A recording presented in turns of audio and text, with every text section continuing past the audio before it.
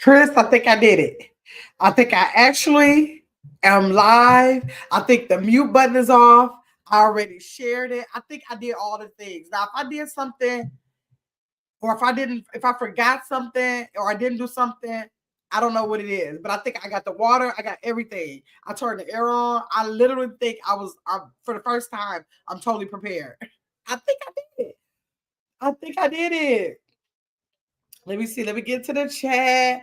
Kristen, Shake 'em Up was the first one. Hey, Shake 'em Up. She said, dang, I'm actually on time. Hey, got my moms in chat.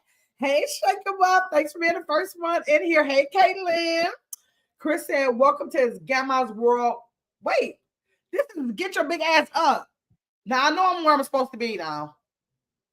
Yes, I know where I'm supposed to be because I shared the live. It is not It's Gamma's world, but it's Get Your Big Ass Up. Make sure I hit the like button over here and make sure you are subscribed. But memberships are actually available over here too. Now, Chris got the link over there to his Gamma's World. Y'all, if y'all not subscribed to his Gamma's World, subscribe over there too. But if you're interested in being a member, get your big ass up to be the crew or the big ass crew. You make a decision if you want to be a member of either of the two. It's two. One is for $2.99, one is for $4.99. Okay, Chris said, hey, Shake 'em Up. And Caitlin is saying, hey to Chris. Chris dancing to my song. Chris said, yes. We can hear, see? I knew I would get it together. I need to make a checklist. Next time I come live, I'm going to make the checklist. Because I need to write down stuff like water, air, sound. What other things do I need most of the time? If my tripod is here, if my charger is in here, like I have a whole list of stuff I have to get together, y'all. That's why it go bad for me. Let me see. What you said? Oh, my bad. Welcome to Gift Your Big Ass. All right, y'all. I'm hoping we got 8 people in here. Y'all make sure y'all hit the like button. But I'm really, really hoping because I can't tell the likes. When I go stream y'all, it'll show me. But I'm really hoping that we get some people in here. Hey, Chacal. Hey, good food. Let me see. Wait. Good food said, hey, Gamma in chat. Chacal said, hello to everyone. I'm really hoping like anybody can hit the panel, of course. But I'm really hoping that we, in addition to anybody else who wants to hit the panel, I'm hoping that we get people on here who have actually been married at least once. At least once. Because it's going to be kind of like interactive and a lot of questions are going to be asked on this one. I'm going to answer the questions myself, but do you know I hate when the spots get on wine glasses? Y'all, I wasn't thinking about no wine. Y'all know I learned my lesson on my birthday. I had one drink. I had a margarita at the little line dance thing that I went to since my birthday. Y'all clowned on here on my birthday. When I look back at that replay, I was like, you have to be lying.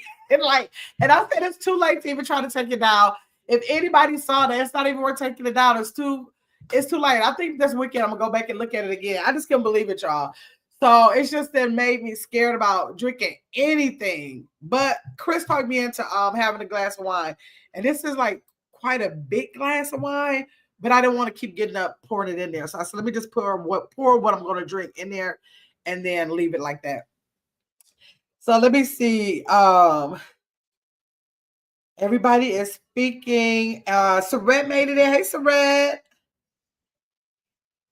Let me see. Can it good food? Check it out. Okay, yep. So, yep, that's what I'm hoping, y'all.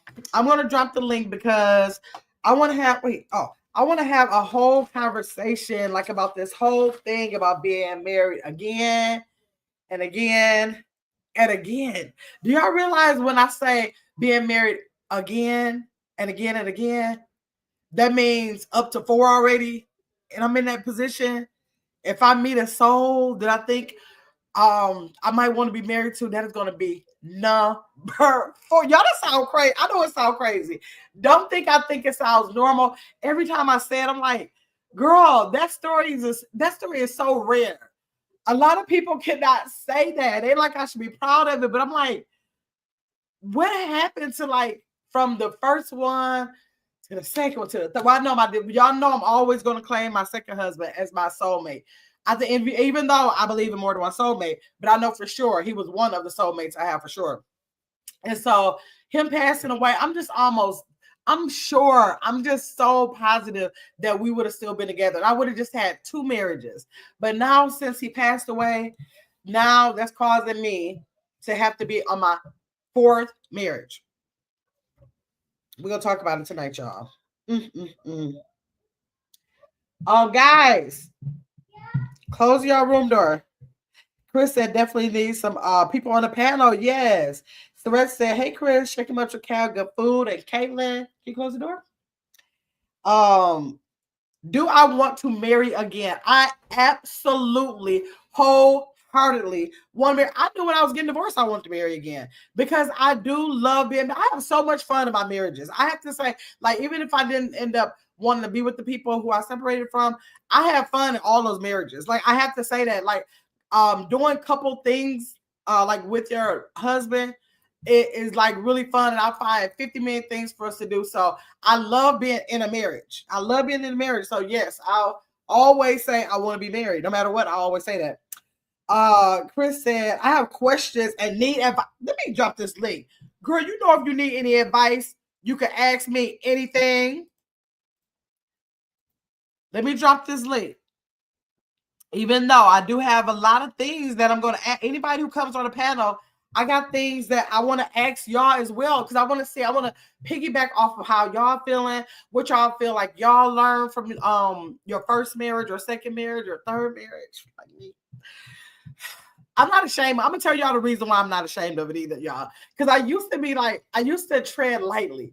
Like if I start talking to somebody, I'm like, come on, how I'm gonna break the ice that I've been married 3 times. Like this sounds so crazy. I know it do. And so I used to always just like say, I'm gonna wait. If they don't ask me, I just ain't gonna say nothing. Then I got to the point where I was like, let me ask them about theirs so I can see what I'm up against, and then I'll ease mine into it. Then I went to bump that. I've been married 3 times, and I got plans on being married again. That was just it. I was like, I'm just coming out with it. Like, it ain't nothing I'm gonna keep on trying to like. I wasn't trying to hide it, but it was just like, you need to be ashamed of yourself, girl. And if they ain't asking you how crazy you was, don't give them the information before you got to give it to them. So I just didn't feel like the pressure of talking to somebody for a while and not mentioning it, because it's like the elephant in the room. And they're gonna ask me like how many times I've been. I can't hide from it, so I just start trying to put it on the forefront. Like, man, what can I do? It's over. It's done. So let me see. Hey, Drippin', Melanin came in. Hey, Drippin'. I dropped the link for anybody. Chris said you've been married, so the men love you. What's your secret, girl? That's what I be thinking. Like, is God thinking like, girl, I gave you 3 people to play with. And if you ain't got it together, if your patience ain't got no longer, then you know what? Sit there for a while. But I'm looking like, I told somebody the other day, where was we at? Was it somebody's shack? Was it Tanya's shack? Yeah, it was Tanya's shack, because Tanya was doing a prayer for us, for me and her. Well, she did it for her. She was supposed to be doing it for both of us, but she did a prayer for her. And it was supposed to be like to do a prayer online when she was on her live, so that we will meet our husbands. And so she said something about asking or praying for whatever it was, but I was like, I didn't ask for 2 of those husbands. I don't even know if I asked for my deceased husband. He just happened to like be there. So I didn't ask for them. So I should be able to get at least 1 more, because I didn't ask for those other ones. We just happened to grow into a marriage. But can I get 1 more that I'm asking for? I think that's the charm, that I'm actually asking for this particular husband. I didn't ask for those other ones, so I don't want them to count. So let me see. Let me put the link down here again. Okay, hold on. So yeah, that's what I'm looking like this time. I'm asking you like to send like the right one. So I should get credit for not wasting the ones. Like some people probably ask. I didn't even ask for the other ones. So I don't know. I don't know. Okay, let me see. Okay, Chris, I'm dropping a link for Chris, and then we're just gonna get started with like talking about some of the things that I wrote down that I want to discuss and see. Is there anybody else in the chat, even if you don't want to come up in a panel, up on a panel? Is there anybody who's been married at least once, like that's has been divorced or separated like once, like you're on one in the possible like kind of like thing? Anybody in the chat like that? Tell me if you're in the chat. I was thinking about this wine. Chris talked me into doing this, y'all. But she was like, I just had my wine. And I was like, I should have had some wine. She was like, do it. So I was like, okay, let me do it. Let me see. You can't see? Put it again. Let me put it in there again. Can anybody else see the link? Tell me if y'all see the link. StreamYard, do not get started. One of the possible. Chris is on her. I'm so happy for Chris. Chris is on her possible. Chris is on her possible, and I'm so happy for her. I'm so happy for her. Okay, good. You can see it. Okay, I was about to say. Chris is on her possible, and I'm like, yes, Chris. Oh, let me see. Good Food said, I see it. Okay, good. She said, yes, she is. Like, yes, let's put prayer hands in the chat in hopes that things will totally work out for Chris. Like, we don't have time, y'all. This is a different day and time. Like, we don't have time to be playing with nobody. Hopefully, both of them are at the ages and stages that they're ready to be like all that they need to be to each other. Man, Chris, you got to do this. You got to do this. I need to find hope in you. So you got to do it. Chris said, I can't. Did you block me? Girl, I ain't blocked you. Why can't Chris see it and everybody else is seeing it? If you was black, girl, I wouldn't be able to see your comments. Why is Chris not able to see it?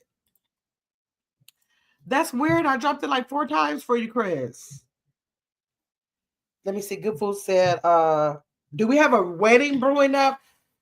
I don't know if Chris has a wedding brewing up, but she met somebody who was like special to her. So I'm so happy for her little union for big union with her friend, her new friend. So I don't know. Maybe Chris could tell us. I don't know. It could be more serious than I know it is. I don't know. Hey, Black Coffee. Mm-hmm. Chris laughing. Chris laughing. I don't know if she's laughing. Good fool. We'll see. Chris, I'm trying to figure out why you can't see the link. Good food said, congrats, Chris. And Chris has been married once before. Where is Carla? Maybe she'll come. Carla might come. Sebastian said, hey, Black Coffee. So, is Chris the only person in this chat that has been married, at least married once and a possible or more? Y'all can't make me be in this by myself like this. I know that it's ridiculous, but somebody had to be on like at least a second marriage, y'all. Good Food say, hey, Black Coffee. Black Coffee say, hey, Sarat. I don't know about Chris. I'm about to call Chris. Let me see. Oh, I might have to type it in. Dang. I don't know why she's having a problem. Everybody else can see. That is super weird. And she a moderator. Let me see. Let me see what she said. Safari, can I open this page because what? Chris, go all the way back out. Go all the way back out and come back in, maybe? That is super weird. I'm mad. I don't think it's another way I can send this link. I don't think it's let me see. Invite. Messenger. Let me see.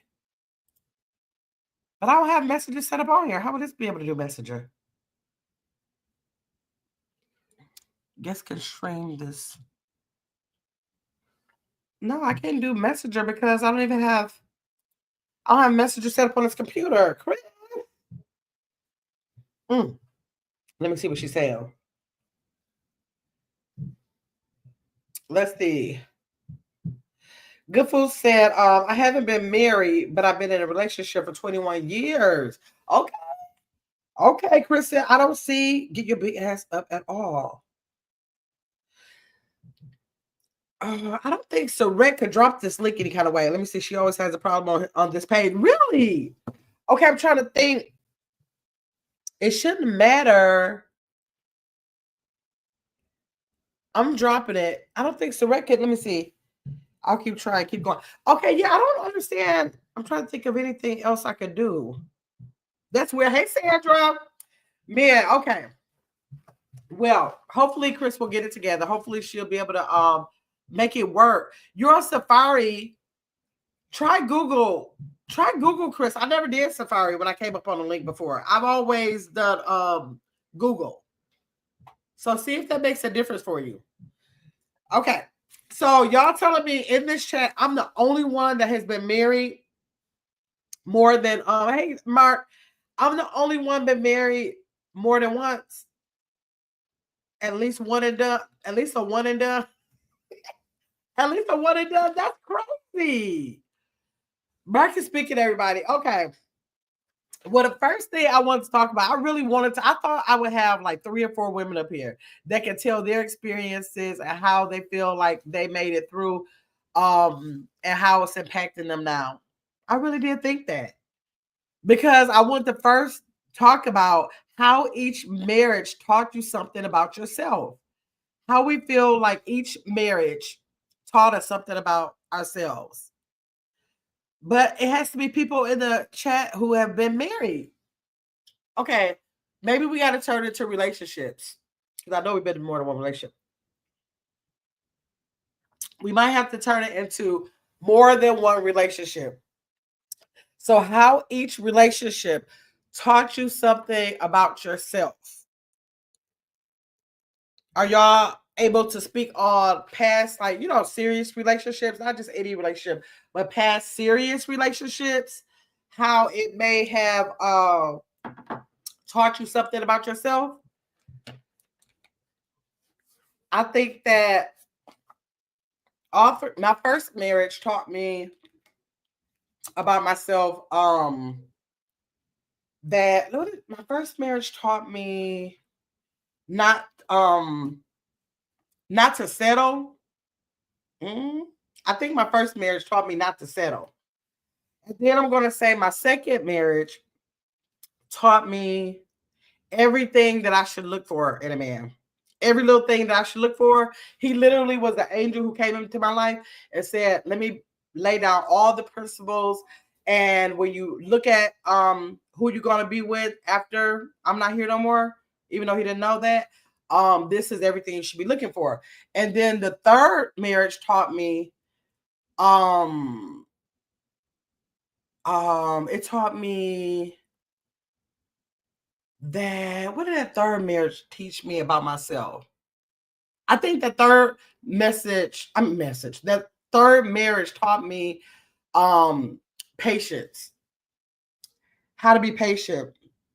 There's nothing here. Hold on, browser. Let me see if she tried. Did you try Google?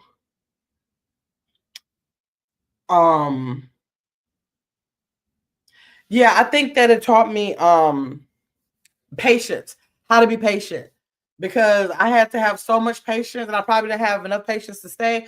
But it taught me patience for the next relationship because I was really impatient in that relationship. It was like, I don't know, it was really impatient. I still don't think that we would have been together even if I would have got the patience because I didn't want to be patient about our issues. But it still taught me, patience. Let me see, how old were you? Each marriage. The first one, I was 22. Wait, hold on. Wait, no. Yeah, the first one I was 21, turning 22. So I was 21. I was 1 month from turning 22. My second marriage, I was 30. I was 30, no, 32. I was 32 in the second marriage. And the last marriage, I was 40. I was 40. So 21, 32, and 40. 40, 39, 40, something like that. Yep. Let me see. That was a good question, Mark. So that's what, and that's another thing I was gonna talk about, that different ages and stages that you're in. I don't think it's any set thing that you just say, okay, I'm looking for this, that. In a relationship, literally in different stages of your life, you do look for different things. Now, if you're already in the marriage, then you kind of locked in and you work towards that and work through things so that you can like still, be together. But those three different marriages was three totally different ages and stages of my life. They really were. Because by the time I got to the third marriage, I was just so used to being married. It's like I felt crazy not being married. Like I feel like I'm not getting ready to keep on doing this like without being married. Because I just, in my mind, I was just thinking, after so long, after you know a person, like it don't make sense to just be in a relationship without being married. So when he asked me, I was like, okay, yeah, of course I'm gonna say yeah. What else? What am I gonna say? No, I don't want to marry you, but I still want to keep living with you. I wasn't gonna do that, so it was nothing but a yes, because I was just used to being married at that point. Let me see. Surette said, "What attracted you to my first husband?" Listen, I don't be lying about my first husband. That first husband was a good. He was. We were both. We were all of my husbands. We were. Well, maybe not my second husband. I liked him off top. But my other two husbands, we were actually friends first. We were friends first. And to be totally honest, I was more concerned with wanting to start a family and wanting to have my kids. And that was like my main thing. I was looking like, he looked like he'll be responsible. He looked like, he'll do what he's supposed to be doing by the kids. That's why you can't go by that, because he turned out to be trash as a father. So, but at that time, he was doing all the stuff right, because as long as they're with you, not everybody, just people like him, as long as they're with you, then they'll do right by the kids. But as soon as you're not with them, then they want to act up with the kids. And that's what he did. But I was really more focused on wanting to start a family. So that's probably more of the reason why we got married. And I probably didn't know that then when I look back now, because I was looking like, what did you ever see? Like, what would you ever try? I was asking the same questions, Sarah. And I was like, your behind was just ready to have some kids. That's what it was. And that is what it was, honestly. So that was for that first husband. Mark said, which mother-in-law was your favorite? My deceased husband. Nothing against the other mother-in-laws. My first mother-in-law, she was real sweet. She was nice, but she had some mental health issues. She had mental health issues. So she was just like not real social with anybody. So, but she was real sweet for, what she could be. So she was there, but she passed away. And then my deceased husband, I loved his mother. We got so close.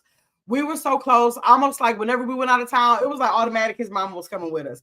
If we had any event, she was just one of those kind of people. She was the life of the party, about everything. We spent so much time with his mom. Whatever we did, we wanted to include her at all time.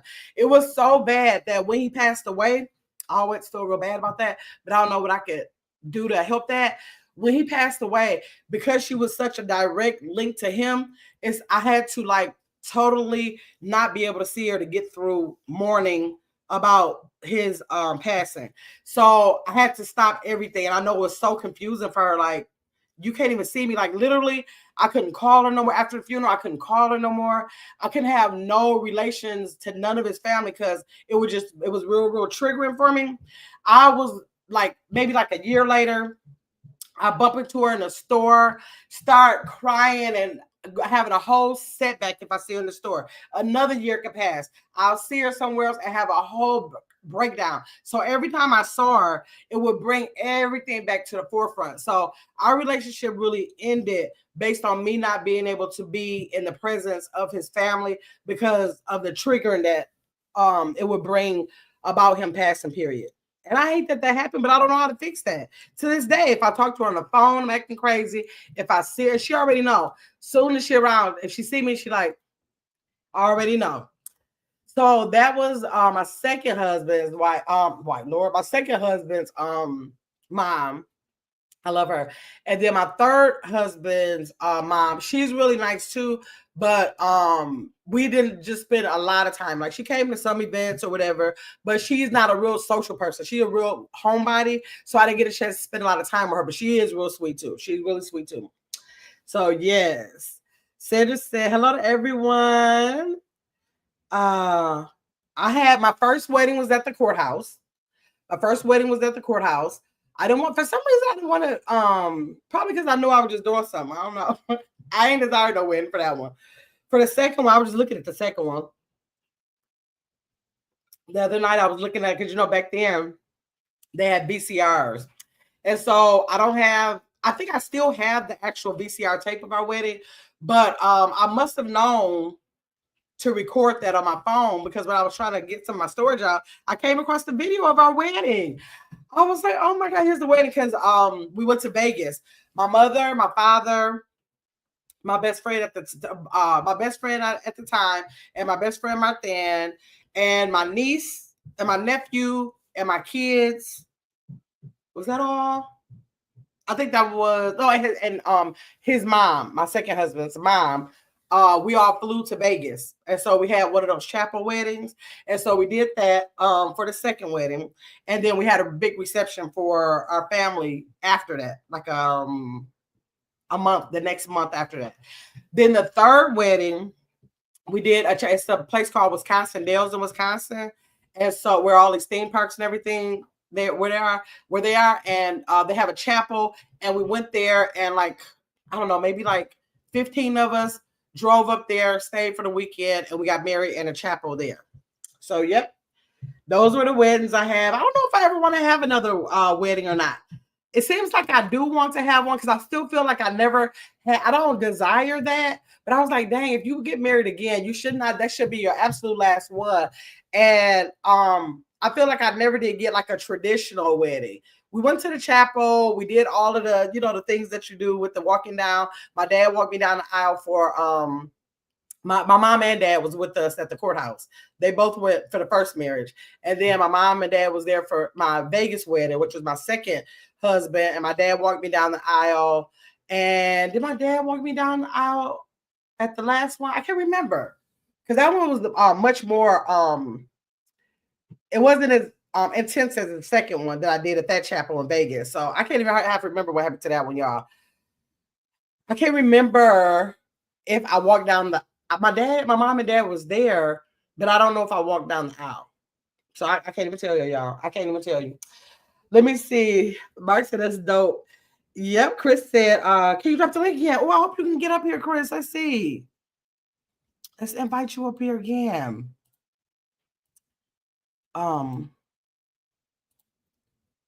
Okay. Hopefully you can get in there again. Okay. Hey, Brianna. Hey, Gemma, Fred. Hey, Trical. Hey, Chris. Mark. Suresh said, hope that works, Chris. Yeah, I hope so. Mark said, Brianna, how's it going? Chris said, I've heard that the Dells is amazing. Yeah, it's nice. It's like a lot of theme parks. It's like made up of just a lot of theme parks, like wax museums or water parks. A lot of water parks are there, that kind of thing. And so they got like a little chapel there too. So yep, that's what I did. So y'all can ask me too. I have it down here for y'all to be able to ask me any questions that y'all have, because I know y'all looking like, I already know. I don't feel bad about people asking questions. I do know that going through 3 marriages is ridiculous. I do think it would be even more ridiculous if my second husband didn't pass, because that means it would be 3 whole relationships. But it's not. It's like that's the one, he passed away, and I think that I'm almost sure, I would bet my life that we would have still been together. So it's like literally like it's 3 marriages but 2 divorces. 2 divorces. Let me see. You think you'll be married again? Yeah, I know I'm gonna be married again. I'm manifesting that. I know I'm gonna be married again, Mark, because I do absolutely love being married. I do absolutely love being married.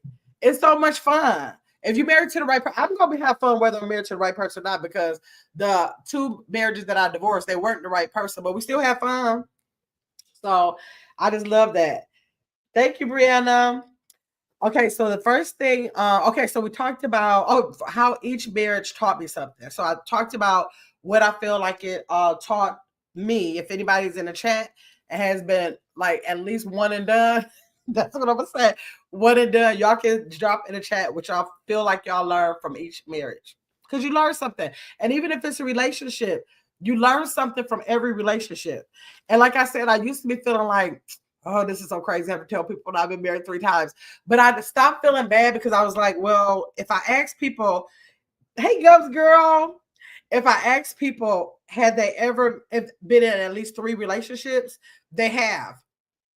So if you've been in a relationship, it's gonna be about the same thing. I feel maybe that could be me. I feel like for me, that's the same thing. I just happen to marry my longer relationships. I just happen to marry them instead of just being in a relationship. So I'm looking like, well, what's the difference in that? If you have 3 relationships and you have 3 marriages, is it a real big difference in that, y'all?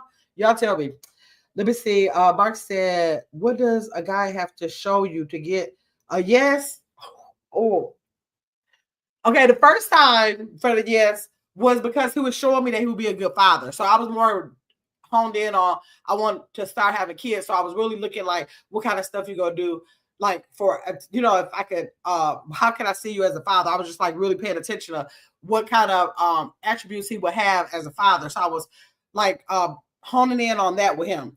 For the second one, he didn't have to do he had to just be him to say yes. But I tell y'all, my deceased husband was the perfect man for me. I'm telling you, everybody around us was like, they were so happy for the whole relationship. They was happy as we were. We couldn't believe that we found each other. So it was just so crazy. So him just being him, it was a lot about him being him that made me say yes. Just all that he was, I want to say yes to it.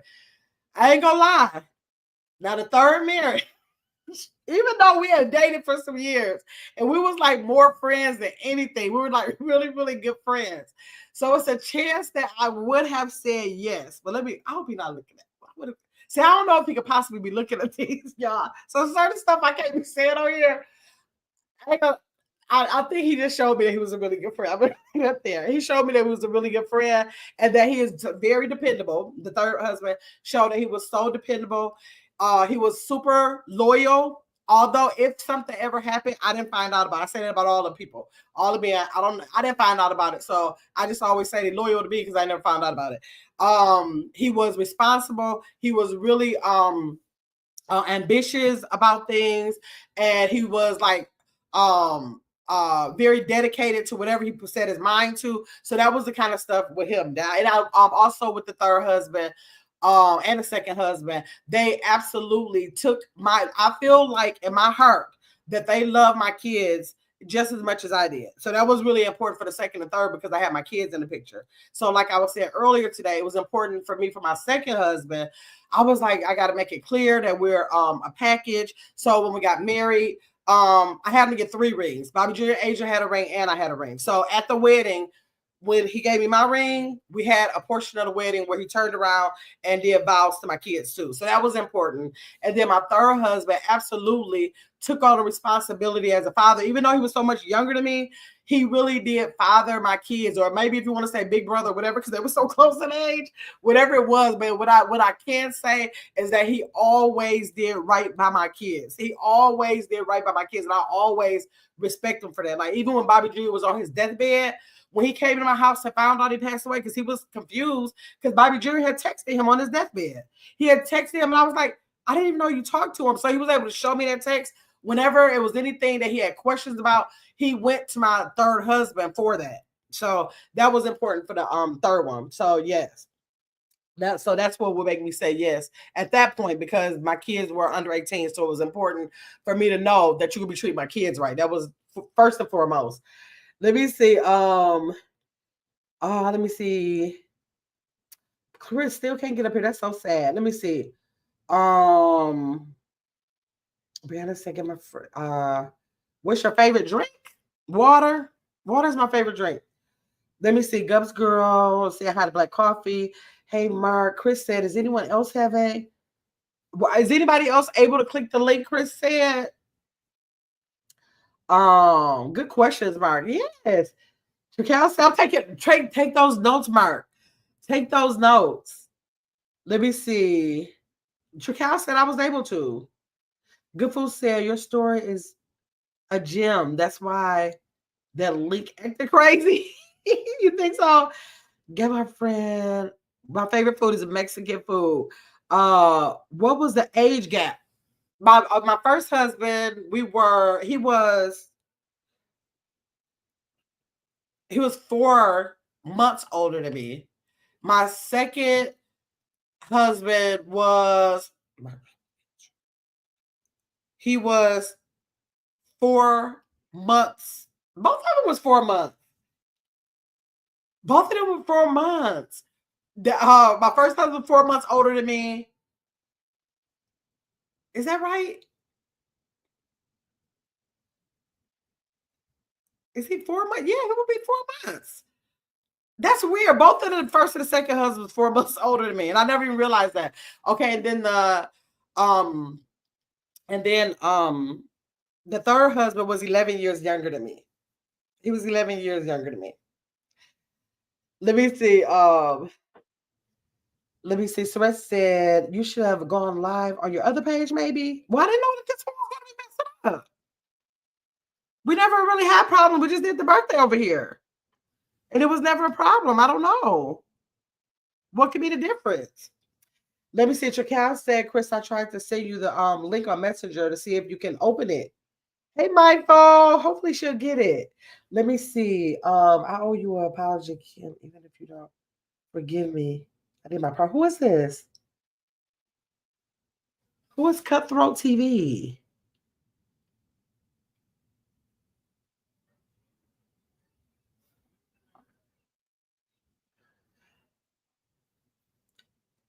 Oh, okay. Celeste said she had the issue during the live too. But what did you do? What did you do? Okay, Gemma, this is where what friend where are your nails? You took it off. Yeah, I took them off. I'm trying to take them off. I'm still trying to take 2 more off, Brianna. Okay, y'all. Okay, so the next thing, lessons we learn, the evolution of your communication. I'm sorry. Yes, the evolution of your communication and conflict resolution skills over time. I wanted to talk about, hey Nazir, I want to talk about how you learn how to evolve your communication and conflict resolution. Okay, so I don't know how, like, if y'all want to drop in the chat, if y'all been in relationships, about how y'all elevated y'all communication, because I'm reading off notes here, y'all. Your communication and conflict resolution. Now, the first time, only thing that I can say, because y'all know I'm a nurture program facilitator. So I learned early. I started doing that when I was 22 years old. I learned early how to have effective communication. Even if I didn't have the effective communication all the time, y'all know I always say my problem was that I feel like shutting down and not saying nothing to people is my win all the time. It's even if it's not my win, it's my way of making sure things don't get worse than they have to. So it's like I try to protect whatever is left by not saying anything. That's what I put it like that. So it's like if I get too mad, nothing I have to say. I'm not gonna argue, I'm not gonna fuss, I'm not gonna fight. So the only thing that I learned from that ultimately, because my second husband didn't play that. It was like ain't nobody going to sleep mad in his house. So I didn't get a chance to like really act that out there. But my third husband, I'm telling y'all, it was a time where I didn't say nothing for 30 days. Like literally, I don't know what kind of time I thought was on my side or whatever, where I thought that was mature to say, I'm just going to ignore you for 30 days. Like that is just like ridiculous when I think back on it. And although I feel like keeping my mouth shut is a good thing to prevent any more damage from happening, that you can create just as much damage doing that. So that's what I learned about having effective communication, even though I feel like I know how to communicate, because y'all know I run my mouth a lot. So yeah, I'm gonna want to talk through the whole thing, analyze everything, come to a conclusion.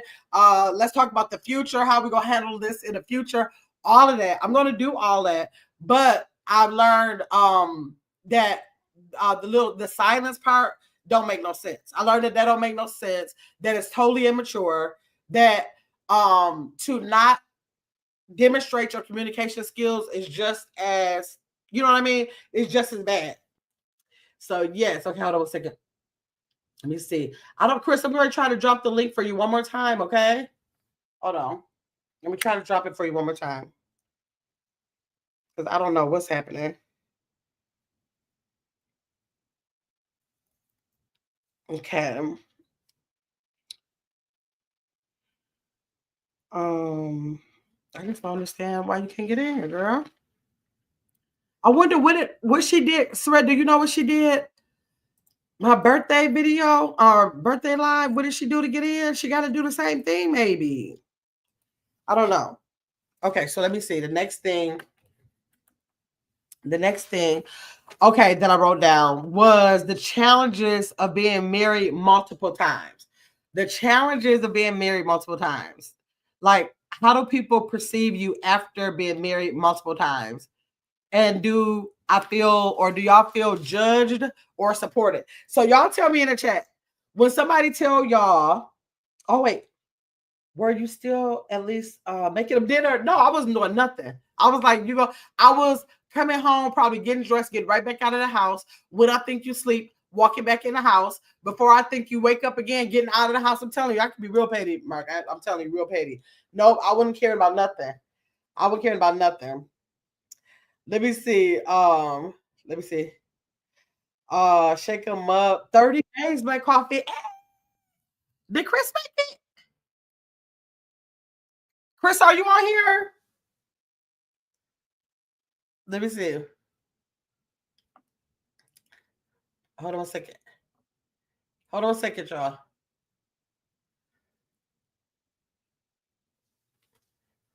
Hold on. Let's see. She might have made it, y'all. You on here, Chris? You still trying? Okay. Oh, that's so sad. Okay. I was just calling to see. Huh?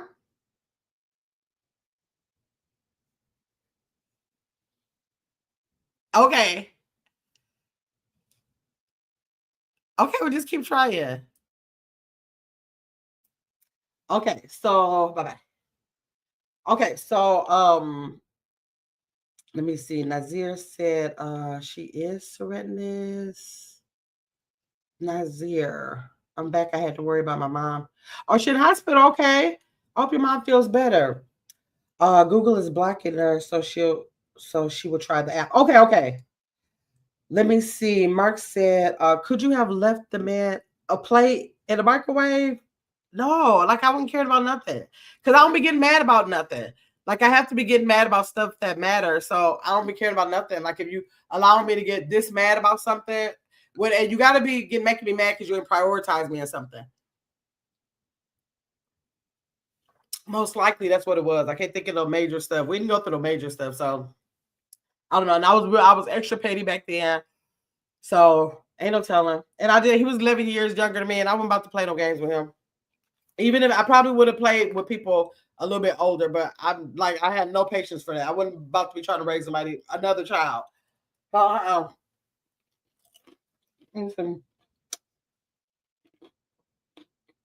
Nazia. I hope your mom feels better. Okay, so I don't think there's anybody in here that's been married at least one and done, right? So, do you feel like, how do you feel when somebody tells y'all that they've been married 2 or 3 times, like 2 or 3 times, or even if it's 4? Somebody could be out there worse to me. So let me know. How y'all tell me? Oh, Chris you made it. Oh my gosh. What did you have to do? I don't know. Everybody was sending the link. I clicked on Trakel's link through Messenger, Facebook, and then I was able to come in. So, hey y'all. Thank you, Trakel. Oh, Father. Okay, yes, I'm okay, Brianna. So Mark said my pops only cooked when my mom got mad at him. What? That's how we do. They had some going on. Please. I knew when my family, when my mama had some a problem with my daddy, he got clean cussed out. Clean cussed out. That's the reason. My mother is the reason why I don't argue with men, because I feel like I don't understand why my father was a man's man. And I don't understand, maybe because he was so from the South and all of this or whatever, that he didn't feel this little. But I feel like as a man, if I had my mother as a wife, by the time they finished arguing, I would feel this little. Because when I tell y'all, she would chop his soul down with the words. She would chop his soul down. So I think what I got from that, I didn't get that I'm going to argue like I see my mother. I got that before I do that to a man, I ain't going to say nothing. That's what I got from her. Because it was just like totally ridiculous. Because when I was little, I was like, why you want to be with her? Daddy, why can't we go somewhere? You can just take us and we can live. I used that because I was a daddy's girl too. So when she used to do all of that, they used to hurt my feelings so bad. Hey, y'all. Let me Finally. Yes. Yes. Yes, I'm learning, like, okay, to choose my words wisely. I cannot always use emotions versus logic, which is what men use. And so that's very different. So yeah. My grandma was always like that too. Like very much, okay, I choose my battles. I do what I need to do. I'm gonna be a good woman, you know. That type of vibe. Yep. Okay. Hi, Trucking and Trading. How you doing? Mark said, is that a red flag, come out if someone you're dating tells you they have been married multiple times? You know what, Mark? It's crazy, Mark, because you start telling me you ain't never been married, I'd be like, what's wrong with you? Well, I'm telling you, it's crazy. When people tell me that they never been married, especially at my age, probably when I was younger, I wouldn't think none of it. But I'm looking like by the time you get like at least 50, why haven't you ever been married? So but Grandma, for real, like you've been married 3 times. What is like the magical thing? Because these men want you, okay? So like, what do you do? Hey, y'all. I promise you, I was so young in the first one. I was only 22. So it just like we just used to always like hang out and we just start growing closer and closer. Even with my second husband, like my first and third husband, we were friends first, but my second husband, I liked him from the first time I met him. And so we saw each other at a bar. That's why I always say, yes, you can't find people at a bar. We was at a bar and I think he offered to buy me a drink or something. And then he was like, can he have my number? And I'm looking like, dang, I don't like my husband no more because we already had started talking about getting a divorce. I don't like him. I'm just going to give him my number. I gave him the number, and apparently he lost the number. And like almost a year later, where my cousin that passed away after Bobby Jr., where she lived at, he ended up actually living behind her and saw her get in her car and was like asking her to give me his number again. Dang. Give me his number this time. And then I end up calling him. And then from that point on, we was just together. So like, so what I've heard from previous relationships, so I've been married before. Yeah. He was a dog. He'll admit that too. Yeah. We're very great co-parents at this point.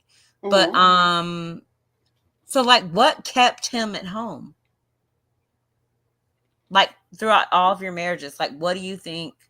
Do you think you were fun, like adventurous? Were you like freaky? Because men need different things. We definitely had a lot of fun, but my first husband, that's another reason why we had to get a divorce, because he never wanted to do nothing. All this man wants in life to this day, he wants the biggest screen TV available. He want to be available for every football, basketball, the sports are like bam, bam, bam. Only sports. He wants weed and he wants beer. Yes. That's it. He done after that. And after so many years of doing that, because like, okay, yeah, we used to have fun with all that when we was younger, but we was getting older. Right. And that's still all you want. So he had no ambition. And I don't like talking down on men, y'all, but anybody who disrespect my kids, I don't care about talking down on them. He had no ambition. He would not get away. After Bobby Jr. was born, I was like, okay, Bobby Jr. is like 2 years old now. You gotta get up, and you can't like keep smoking weed in front of him. You can't be like drinking in front of him, let him only see that. Yeah, he see you going to work, but that's all he see you doing as a provider. You're not showing him anything. So I was so turned off about how he parented. That was a very probably like 80% of why we got divorced. His parenting like really sucked. I thought he would be this great parent, and he wasn't. Okay, so we did have fun, but he didn't want to do nothing outside the house. He's a homebody to this day. He don't want to go nowhere. The second husband, when I tell you, all we did was have fun. All we did was that's all we did. Like I feel like every day of our life that he wasn't feeling good because he had a heart condition. Every day he always pushed himself. He want to go anyway. It's almost like he knew his time was limited on this earth. And so we always had fun all the time. And even my third husband, we was always having fun all the time. We was always finding something to do. The only thing is that he wasn't as adventurous as my second husband, but he still liked to like do a lot of things. So I don't know if that has something to do with it. They never told me as a collective exactly what it was. Like, leave it up to my second husband. I was just a queen that dropped up out of the sky. He just knew how to make you feel like that, you know. But they are so different. All three of them are so different. I can't even tell you. Like, my second husband was full of compliments. Like, I don't care. You could be looking like dirt. By the time he finished with you, he gonna make you feel like you're a queen. My third husband never gave me a compliment in the whole 6 years we was together. Not one compliment.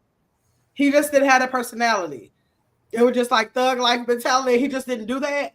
Crip from California, so he just looked like, okay, even though he was loyal, devoted, you know, he crossed all the T's as far as somebody that you can trust more. That's why I always say we was more as friends than relationship. And I never knew about no relationship he was in before we got married, and I never knew about no relationship since we got divorced. I don't know what kind of person he is. He's just a different kind of person.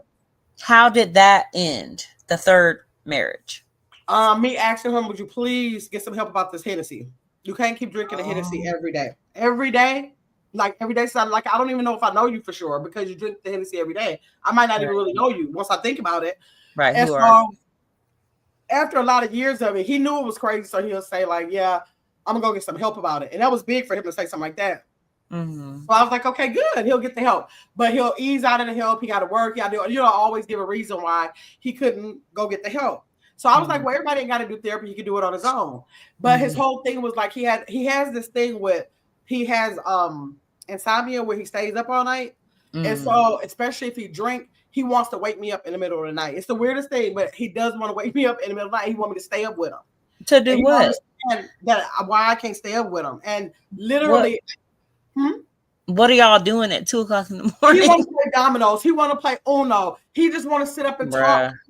He was so anti-Trump. Just listen to me talk about Trump. Listen to me talk about marketing. Listen to me, and he want me to listen. Like, he would do that solo. And I know people look like, well, he only wanted you to wake up, but this is every day. Like, my fan thought I was playing. My cousin from Texas thought I was playing. They came over here. They'll come over, and like, we'll be sitting there talking. It'll be getting late. They'll see how he will literally bust out the dominoes while they're sitting there because he was like addicted to gaming. So he wanted me to play the games with him. It was just like, and it sounds petty, but somebody waking you up every night, year after year, every day because they just want you to be up. I just couldn't take it no more. And I was like, I'm getting a divorce. And he's not confrontational, so he probably didn't believe me. But the next day, I told him first, you got one more time to wake me up. I did say that. Because I already told you, stop waking me up. Stop waiting. This is what happens when you wake me up. I'm tired. This is that, all this stuff. So then I said, if you wake me up one more time, I'm going to get a divorce. And he probably thought because I said it just like that, I wasn't. But I went down there and got the papers the next day. I was like, can you sign these? And he was like, he just started signing them. Like, that is crazy. I can't stop from waking you up. He literally could not stop doing that. Oh, no. He couldn't stop doing it. And it sounds crazy, but that's what happened. Traquel said, oh, nah, that would irritate me. Traquel, it was the craziest thing. My best friend used to be like, are you serious? My cousin used to be like, you got to be playing. And I would just show them, do you see this? I'm telling you, this is happening, and he won't stop it. And people thought because he wasn't doing nothing to me that I should be able to just look over that. But you try not to get no sleep for 2 and 3 and 4 years in a row. But it truly was doing something to you. So like nothing like the traditional thing people might think, cheating or hitting or verbal abuse. That's emotional. Yes. Yep. I thought emotional it was a crazy abuse. I think it was. It was. Yeah. Let me see what I misstruck it at trading. Just talking about marriages. Mark said, "Is that a red flag? Am I someone you're dating? Oh, tells you that they have multiple. No, it's not a red flag for me. I want to know what happened. I do want to know what happened. Probably if you say multiple, and I'm not going to even ask you what happened. I've never asked any man that I've ever been with about no past relationships ever. None of my husbands. Now, I can't tell you what their girlfriend's name was. I kind of disagree because if it's a man, I don't know, it's different. For a man, if you've had multiple marriages, that is a red flag for me. You think so? Yeah, absolutely. Like what? Like why? I know my ex is a serial monogamous who likes to cheat. So, you know, I can't really trust the fact that he's just been married. Like I don't really care about that. I need to know what else is going on. I can't. But the reason why it's not a red flag for me is because I don't judge not one man based on his past relationships. Because I already know what I'm gonna take.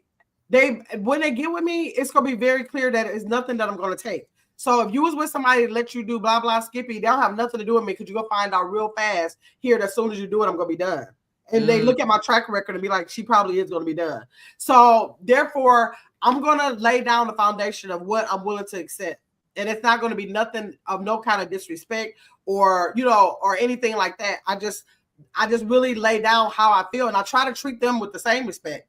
So therefore, as long as I'm doing that, I feel like we should be good. But I feel like they could be in the same. I don't want to just rule out that they were the worst thing in their relationships. But what if they were the worst? Even if they were the worst thing, maybe that was the worst thing in that situation because they felt that way about that person. What if it's not always about the man? It's sometimes about the person that they're in a relationship with. They just don't have the they're not prioritizing that particular woman. So at what point in time do you really say like, oh, these are my expectations? These are the standards I have for myself. Like, when do you tell the man that? That is because it's been so much of the conversation like before. Like when I'm getting to know them, that's my opportunity. Even when I'm getting to know them before we even like get in a relationship, I use every opportunity to run my mouth and have so many conversations based on what I feel is healthy in a relationship and what I feel is like a no-go. Like there's no way I would be able to be with somebody, do whatever. So that's really their opportunity to put on a real good face for it or know that it's not going to work. And I just don't, everybody in my family think they like, you don't give nobody a chance or nothing like that. But that's not the thing. It's just that my boundaries are hard set. Like soon as you show me that you're going against what I've told you, that I'm not going, because I don't be hiding those conversations. I'd be like, we need to have the conversations. I expect this, that. I'm willing to treat you the same way. What is it that you really like about a person? Which I want to know what they want as much as what I want to have those conversations, exchange that of what's going to be considered a healthy relationship for them as well as me. So after that, if you're doing this stuff, I quick say, oh, I'm not the one for you. I don't be saying that they're a bad person. I don't say that they this or that. I'd be like, oh, I'm not the person you want to be with. Because I always feel like if I'm the person you want to be with, you would prioritize what I told you I need about a relationship. I already told you that. So then that's fine. I mean, I'm just not the person for you. So I'm just going to let you go so you can go get the person who want to be dealing with that kind of stuff because, I'm not. Right.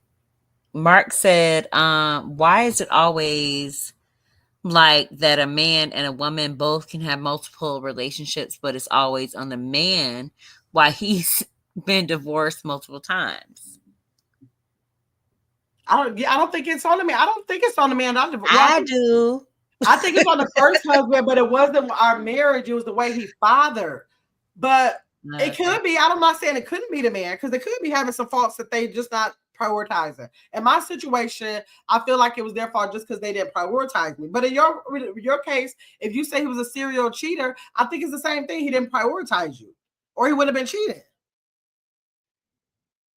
Exactly. And I don't know if that's like a bias for me, but if a man has been married multiple times versus a woman, like I do look at it differently, and I don't know why. No, I don't think that it could be. What if the female cheated? What if the female cheated? So then I kind of think like, well, why did the man choose her? But I mean, what if she cheated after they was married? What Agreed. choice did he have? That's true. He could have been like doing all the things that he could, or maybe he could have cheated. They got over it, and then she said, "I'm gonna get my lick back, and I'm gonna go cheat." And then maybe it could have went down that way. Like I know what you're saying. I do think probably And I then don't it know. happened 2 more times. I guess that's just more that I think it's rare. I don't Yeah, know. that's what I think it's weird. That's what I was about to say. I don't know the statistics on it, but I do believe that it probably could be the men more than the women. But nowadays, I don't want to like secure. I don't want to like say that I because know. these men are having just as bad of a problem trying to find good women as we are trying to find good men. Is that true though? Yes, I believe that. I believe that. Are there really so there are equally the same amount of good women as good men out there No, I'm saying that that. are ready for relationships? No, I don't know if it's an equal amount, but I know that there are good men out here that's trying to find good women, and they're having I a hard agree with time that. like we are. Yes, I I agree don't know with what the that. ratio is. I'm sure it's more women. Maybe I feel like it's more Maybe. women, but I don't know. Mark, what do you think? Right? Somebody You gonna and say three Tom. men wanted to marry her so far. Lord, Gaffu said, Gemma said they want her, but it's what it is. What it is. When they get together, fix your own plate. Oh no, I fix my husband's plate now. I'll be serious about. I'm telling you, I be trying to treat them like all the things when I'm with them. Hold I do. on, hold on, hold on. What? So, like, am I supposed to do that? So I'm supposed to serve my man before my child? No, I Truly, don't. I I need know to what people. know. I know what. No, I never fed no man before my kids. I never had no man that wanted me to feed him before the kids. Tell you. Now Right, that's that the first part, thing. I that think part. the men that I was with will be looking at me like, hold on now. So I Right, think even if they'll say nothing to me, they're gonna be looking like, so you go give me some food before. None of before the your men I was child. with would have Right, ever expected me to feed them before my kids. So that's something exactly. mutual. So no, That's the but I'm whole definitely gonna thing. make their And plate. even, like, feeding your man on a glass plate versus your kids on the plastic, plate. Like, I mean, or paper plate. Is there a difference? I think that my kids was never caring about if it was if they voiced that to me, if they cared. I don't even remember how it went down. I think everybody had paper plates and we had paper plates. But like how some people just like glass for some reason. And if he just wanted Mhm. glass, and it's like you just got to think about eating on glass. Not saying that you try to prioritize nobody over nobody. You just got to eat off glass. Like my father didn't like plastic cups too much. He liked either a tin cup or a glass cup. He just liked that for ice reasons and all that. So if my mother Right. gave him that, and if we didn't do really paper, paper plates went out like that. But if she would have gave us paper cups, I don't think she was prioritizing my father. I think she was just saying he loved to drink out of stuff like that. Right, right, right, right. Yeah. You think it's a difference? You think the kids should be served on the paper plate too? Because like, Oh, no, I don't. oh, I've just well, seen I'm just that saying we on could break the social. plate. No, I've seen that on social media where certain people, feel they need to serve their husband or their boyfriend, whatever, before their kids. That's Yeah. not how I feel, nor does my man I feel wouldn't be that with way. nobody that think for 1 second. Literally the people I was with after my kid's father. If you didn't care about my kids as much as I do, y'all did a real good job making sure y'all pretended in my face that y'all did. Because I ain't played that about my kids. Okay. Good food said, Gamma said it will be. Oh, wait. Your old plate. No, I'm definitely making my husband's plate good food. I'm definitely making his plate. I don't have to worry about no kids now. My kid's not here. I'll be happy to make his plate. Chagal said, oh, no, that would irritate me. Yes. Michael said, wow, us Aquarius don't play about the sleep, right? And I barely get sleep. So I can just begin to sleep at 12 o'clock. And you think you'll wake me up at 1 o'clock? And no. Let me see. I would have been Earth. It was so bad, y'all. It was so bad. Let me see. Mindful, not at all. I will get my rest every day. Yes. Yeah, I did after that. Mindful said, check out facts. I know. Mark said, why is that? Okay, got that one. Okay, wow. Let me see. Women can fumble, good guys too. I believe that. I believe that. They can fumble them. Depending on the stage that a female is in her life, Chris, I believe that women fumble good men. Do you believe that? Yes, I just had this conversation with my dude, and I know from personal experience. Yeah, so like, and I think it depends on age and maturity. So Yeah. like when I was younger or whatever in high school, college or whatever, I definitely fell for the bad boy. I See? wanted the drama. I did. I Right. passed up a few good And guys who so had what if now listen to you saying that? uh-huh. So what if that would have been the case? You happen to get married to the other ones, and then to the one that was the good guy, but then you fell for the bad guy. And if that would have led into a divorce, that would have been a situation where it wasn't his fault. Whose fault? The good guy or the bad guy? The good guy. True. So that kind of happened. Yeah. So that's how he get the marriages under his belt like we do. Man. Okay. Let me try to get y'all know. Let me see. Chris said, I think I look at it both ways the same. Saret does. She don't believe that part. What part she said she don't believe? Michael said most times people put on a fake personality, but whole time could have had that personality, yes, but didn't show until we get into a deep relationship. Yep. True. They can't do it. But at a certain age, like women, like we don't care. So we're going to be our true authentic selves. Yeah. I mean, we care, but I don't have time to play games. So right. The older you get, the less you're going to be playing games. Some people play games to the day they die. But for the most part, you get a certain age, it's like, it ain't no time for this day and time. Right. The time that we in too. Like people don't feel like they have that playtime like they did no more. Yep. Facts. Trical said, nope, the kids come first. Mark said, why can't everyone get they play at the same time? Well, you gotta give somebody. I don't know, it's never been a problem. I don't know, I've never had no problem with no man. Mark, do you feel like you want the man to have the play first? You gotta pass the plates to somebody first. I fix my kids first, and then last plate is my. They said scroll down, Gamma. Okay. Wait, check what's out. I don't serve my husband. It's more of the other way around for me because he is normally the cook for dinner. Oh, I never had a cook. Let me see. Michael said, I have a cook. That's what I serve everyone at once. Okay, so I said I don't think so.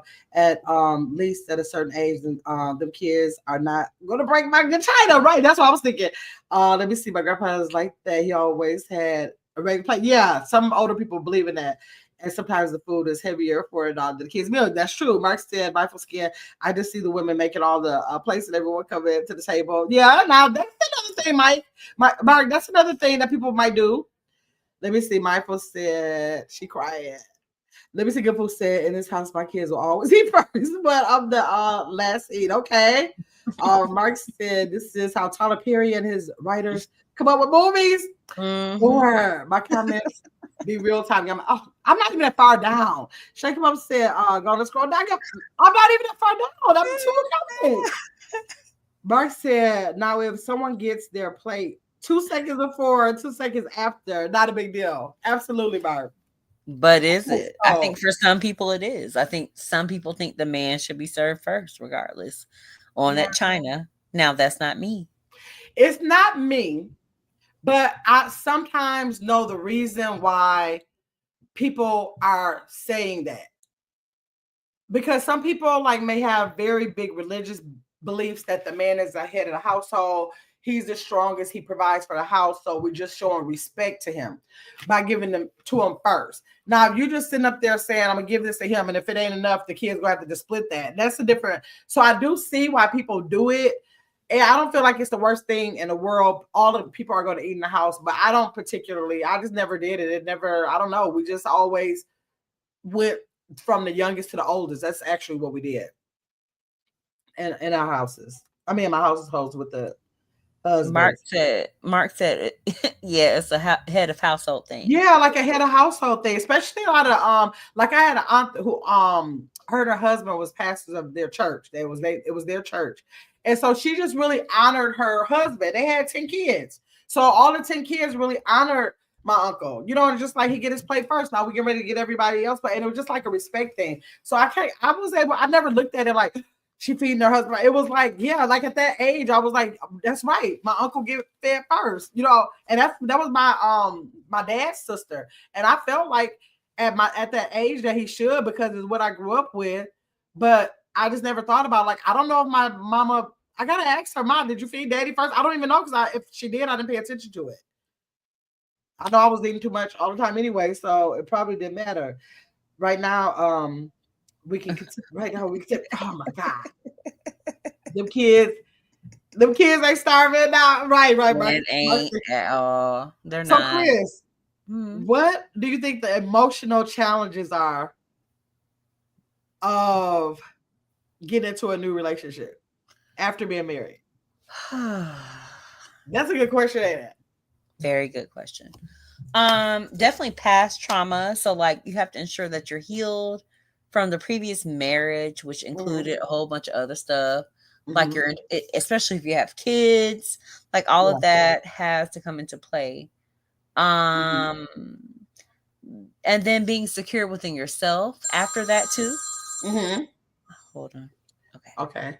Shake him up. You had grandparents taught this different things. CPSA goes say feed that man first. Right. It's easier to feed the kids. They are as picky or opinionated. Okay, Truckee, you just want a good meal, huh? That's okay. Go ahead, Chris. Yeah, and so then like learning the lessons, being like acknowledge your wrongs in it. So it's not just the man, it's you too. Two people in a marriage, like what did you do to cause the demise of the marriage? But like also what did he do too? You know what I'm saying? Right. And then so what he did that's gonna cause you to not fall for the same type of things, you know what to look for. Yeah. But also you know what to work on with you. Now a lot of people go into relationships not being fully healed, and then that's what causes demise in other relationships. So it just kind of keeps going. So like people talk about being on the bed or being on the couch. Like, yeah, you really do need to seek counseling for this. Right. Like it is okay to understand and to be able to heal from what you've been through so that you can go into something else healthy. Yeah.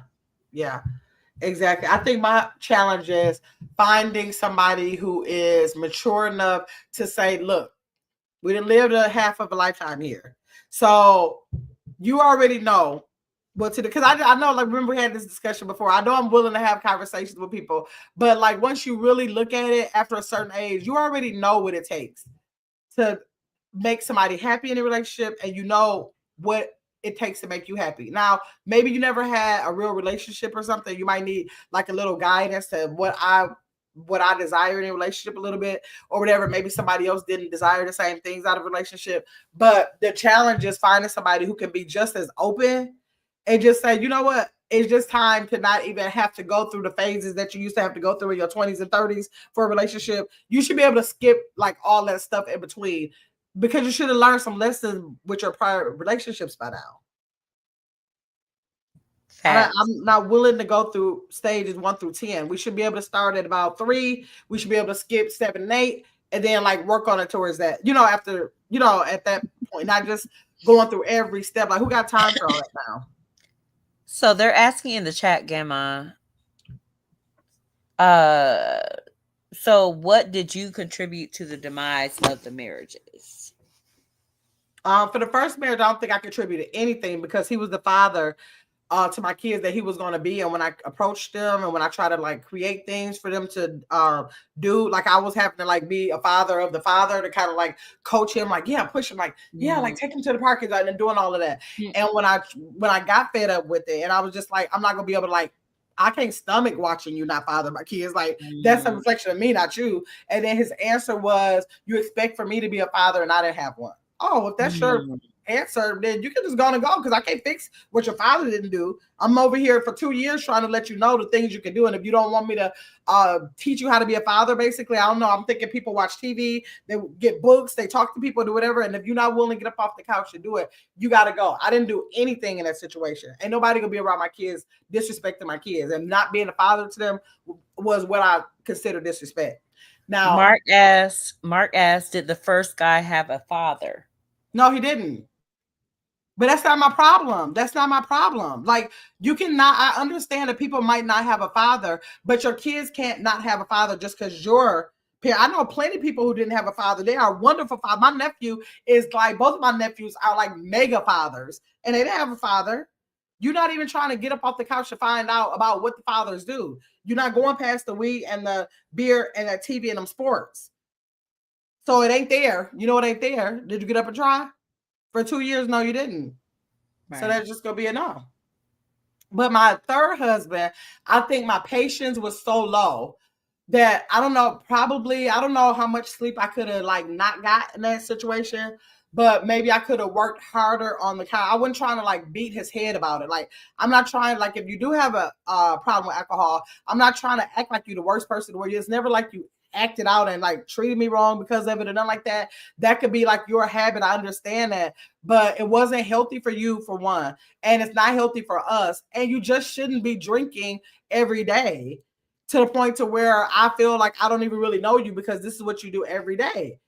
And he wasn't even like the drunk kind of person, just that his body had got immune to drinking a pint of Hennessy a day. That was just a rule. He didn't get a half pint. He didn't get no pint because something about he want to hold a pint of Hennessy. And so maybe I could have been more patient in his situation, but how much more time we was together for 6 years? How much more time am I going to devote to you having a habit that you're not willing to work on? Right. And it's Traquel said his ass would have had. What'd she say? His ass would have got some melatonin. Okay, good night. It was no melatonin back then. If it was back then, I didn't know about it. Because that Hennessy did not put him to sleep. It was like an Energizer, buddy. He just a longer and longer. It was the norm. That's why him and my son got along so good, because my son had the same problem, and so he used to like go to sleep 6, 7 o'clock in the morning like nothing, and he did too. That was just the time they went to sleep. He didn't care if he had to be up for 2 or 3 more hours. That's the time he would go to sleep. So yes, I wish I would have known about the melatonin. That is too funny. Let me see. So said, Traquel, I agree, but I was but was it 100%? Like, I think it was the drinking, it had to be at least like 80%. I say 80% because he was a cool person. Like, after that, I always tell people, after we got divorced, he still stayed there for 30 days because I was like, well, I'm not trying to push you out. I want you to, even after the divorce, we got the divorce, and then after it was done, he was like, hey, I'm hungry. You want to go get something to eat? I was like, yeah, I ain't eat either. So we went to go get something to eat. I told him he could just wait like another month to get everything together. He still lived there. He was like, whenever, if I moved somewhere, he was the person I would call and be like, I gotta move. And he like, okay, he knew he was gonna be the person to move me. So like, if I need something for my car, I'd be like, oh, my car is doing whatever, and he'll be like, okay, I'll be over there to check it out. So it's like he still remained a friend. It's just that I didn't want to be in a relationship with you. I feel like you friend worthy, not husband worthy. That's what I feel. People in chat are like, yes, that liquor should have put him to sleep. No, that's no. The Hennessy made him energized. I'm telling you, I don't know what was the thing. His ass would have got some melatonin. That is too funny. Good Food said she would have put NyQuil in that shit. I would just think, y'all, it take my thing. Like, it take another person, because I'm so happy that people witness that. It take my thing to say, I know you are lying. Like, she'll be like, so he just wants to play the dominoes? How long did y'all play? I'd be like, 5 hours. We played the dominoes 5 hours. She'd be like, girl, ain't no way in the world. And I'd be like, I cannot believe this is happening to me. I just can't believe it's happening to me. Honestly, it goes back to like really knowing the person for real before, but then also understanding and giving grace too. Like, so my ex-husband, we were high school sweethearts, and then got together, but his mother was very ill with cancer. And so I think he was like emotionally unstable at that point too. Oh, yeah. And really me not knowing, but we were high school sweethearts. So I'm like, oh yeah, I've seen you. Y'all were like the Cosby Show. I thought my family was like that too, I thought. But so I'm like, oh yeah, we connect. Great. Right. But really not knowing the person as an adult versus like a teenager, like right, because it's different. Yeah. It is different. And then him going through everything he went through with his mother's illness. I got pregnant in between that time, and I'm thinking like, oh yeah, I mean, yes, of course. Right. And that's how Caden came to play. But out of love for sure. But he just wasn't emotionally ready. I wasn't emotionally mature to be a wife at that time, but I was pregnant. So like we had to do what we had to do. I mean, my mom. Okay, so even with you saying that's what happened, yes. When you say that you look at the man, you know, at like what happened if you know that you're not married anymore. Mm-hmm. Like you're saying, like maybe the thing, okay, you're saying he was a cheater. Nobody should be a cheater at any age, but because he was younger, that could be a thing that he did at that time because men are at that age, they're more apt to cheat when they're like younger. That's like a men are apt to cheat whenever. And so I learned that from my father. But I mean, most of the time. No, Kim, for real. You don't think they would? What? I think they grow out of it sometimes. I think they get tired. Yeah, I mean, at like 60. Dang, Lord. Okay, my dad, maybe he said he was like 50 or 40, but in his 40s or 50s. So at that point in time, they may be ready, but again, it's based on their experiences, you know, who they've had as male figures within their lives. Like all that comes into play too. Right. Okay. But my man, my ex-husband, no. His dad, just no. Wow. No. Trucker said I've been married twice. Okay. Trucker and Trader has been married twice. Trucker, you been married twice, girl? Yep. I've been married. Trucking and trading. Are you a male or female? I thought it was a male. Oh, trucking, not trucking. Trucking and trading. Yeah, I've been married twice, and that's something you really you gotta really want, and was just too young to be seriously committed. I think the age have a lot to do with that sometimes. No, not me. Okay. You don't think age have nothing to do with it? Yes. You do? Okay. Shake him up said, girl, how did you not tap out? Talking about me, I did tap out. And I think that because we were such good friends is the reason why I didn't want to like do it sooner. I mean, we were together 5 years, and then we were married 1 year. Like we got married at 1 year. I guess the things I was willing to accept as just a couple, as a husband, I was like, no, because I felt like I probably had some authority to say, now listen, I'm saying as a wife, stop drinking, you know, or something. I probably thought that would mean something, and he probably made me think that meant something, and it didn't because he kept on with it. But I feel like I stayed as long as I probably did in that relationship because I respect him as a friend. Like literally, he is a very good friend. To anybody who is his friend, he is a good friend. He is such a good person. Like it's just his that drinking I just couldn't tolerate it, but he is a good person. So I think that's what made me have like so many times my cousin be like, you need to just tell him whatever. And I'd be like, well, I don't want to just say it to him because I was just trying to spare his feelings because he is a good person. And I was just feeling like he have an issue, but I just feel like I didn't want to be a part of the issue. I don't mind you having an issue. I'm not trying to take your Hennessy from you. If you feel like you can't get away from it, go ahead and work on it, but I'm just not going to be a part of it. I think that's fair. Yeah. Traquel. Okay, so trucking and trading. So are you ready? Let's see. Yes, you're trucking. Are you ready now to be committed? Yeah. And not for the street. You were too young. I don't know. Black Coffee. Jacal, you petty. He said you petty. Black Coffee, I don't know what you put there. They're saying it's an error. It's saying, do I want to show it or hide it? I'm putting show, but it says error, try again. Black Coffee, I don't know why they're doing that to you. Jacal said, laugh out loud. Just asking for a friend. Ooh, Good Food said trucking was just looking for the poly groups the other day. Good Food, don't be badgering people about what they said in prior chats over here now. Good Food, keep it up like, didn't you just say you want to get that group? Oh my God. Okay, I said facts. Good Food, Lord. Trucking, it's okay for you to want to explore. He didn't say he wanted to be a part of it. He probably just was curious about, you know, how it went down in the groups. Trucking, what's up? Right. So how do you navigate introducing your new partner to your family or your children after already being divorced? You want us kicking it too? Like, do you feel like you have to like move carefully with that now, Chris? Absolutely. Kaden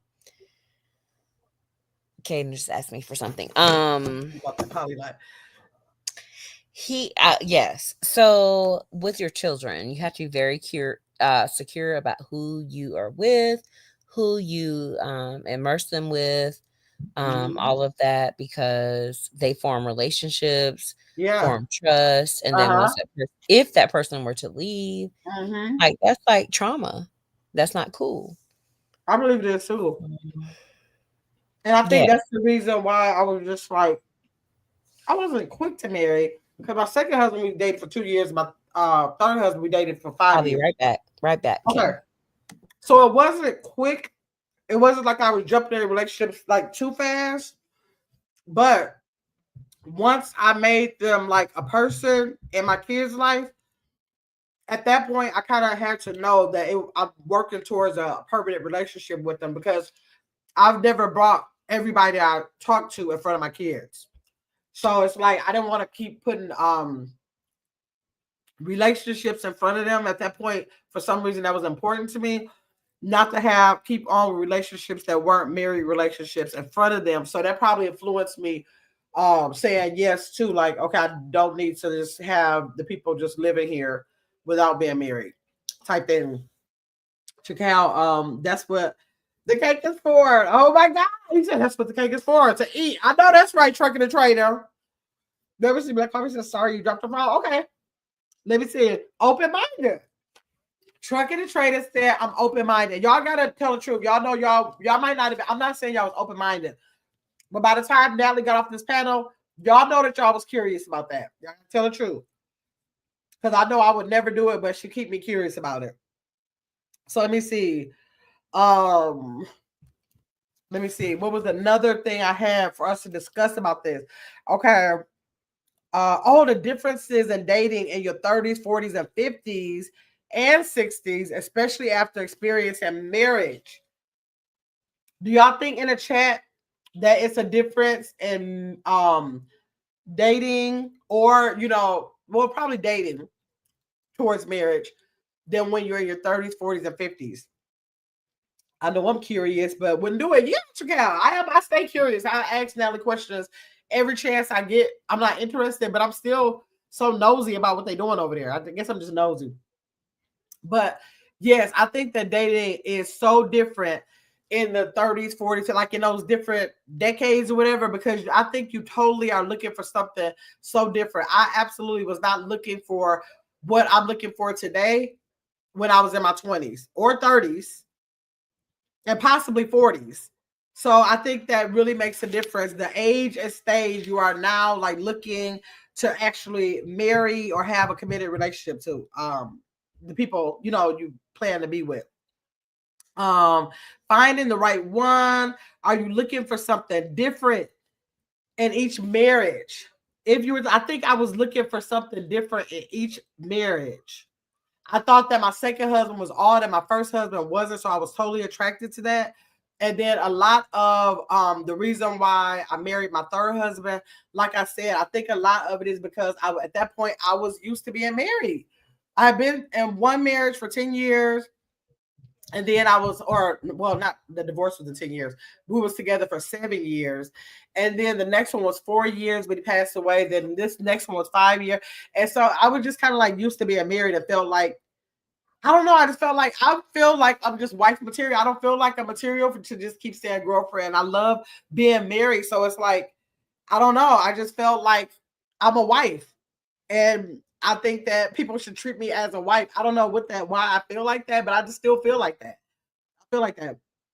Good I get my that's and chat. I'm not going to bed at 12 tonight, right? Mark, don't let people keep you up. But Justice had us up. And be looking crazy. Yep, at 3:30 for work. Go to bed, Mark. Thanks for coming in. Good food say good night. How important back? Huh? Sorry, go ahead. I'm back. So do how you believe important in soulmates? Do you believe in soulmates? Do you believe in soulmate or soulmates with an S? soulmates? Good. I think there's a certain point in time and a certain Yeah. point of like purpose for every union that happens. Like I know I'll never be with my ex-husband, but I'm Yeah. so glad Caden was formed from that partnership. Yeah. Yeah. If anybody in the chat believes you in only one soulmate, let me know if you believe in only one soulmate. Good Food said I've been with my kid's dad so long until he turned into what I was looking for. Let me see. We have had ups and downs. Yeah, I think it's gonna be ups and downs in every relationship. And I think ups and downs are normal. It's the way you handle the ups and downs. You know what I mean? I think it's the way you handle the ups and downs that makes the difference. Like But fighting fair. Yeah. I believe it has to be more than one soulmate. And the reason why I say that, because I refuse to believe that God took my husband when I was 35. Was I 35? No, 34 years old, and meant for that to just be it. It is nothing about him that will ever make me think that he wasn't my soulmate. Because otherwise, I don't know. I just feel like it could be more than one good person for anybody. So, are you ready to date? Like, are you really ready and open? I think I am now. I probably wasn't like all the time I've been saying I was, but I think I could. I do think I could start it. I think I can start it. So, how are you going to put yourself out there? Do you have to put yourself out there, or like what? I don't know. I didn't figure that part out yet. But I'm just saying, like I'm just doing the baby steps, and I think that I am ready. So then I just need to think about, okay, now how am I going to do that? But I do think I'm ready. Yes. I know my dad would say, like, if I talk to her tomorrow, she'd be like, "Yeah, right," and I'd be like, "I know, right?" But then I just be thinking, like, ultimately, I think I am. So how long has it been since you've been in like a committed relationship? Literally, okay, I had one relationship. I'm not going to call it committed because it was like a real weird relationship. So that was back in 2016. Okay. 16 or 17? 16 or 17, up in there, right? That's how long ago. Like that, if that's what you want to call committed, basically because we weren't supposed to be in the space of dating other people we were dating. But my last serious relationship literally was my last husband in 2010. So it's time. 2010. It's time. That was the last serious relationship. I probably went on some dates, but like a committed relationship, 2010. So what are you looking for? That's why when Mark said if they haven't been married, it's not like I said you got to be married, but I gotta kind of like listen to their story. I want to listen to what they've learned from their prior relationships. It's important for me to hear how you feel like you played a part, how that person played a part, and how do you feel like you would handle that coming forward? Like they have to be like a master communicator. Like my last husband did not know how to communicate well at all. I didn't require him to communicate. It's like I settled for the personality he had and let him be that way. And I know now I can't be with a person like that. So he has to have a super communicative personality.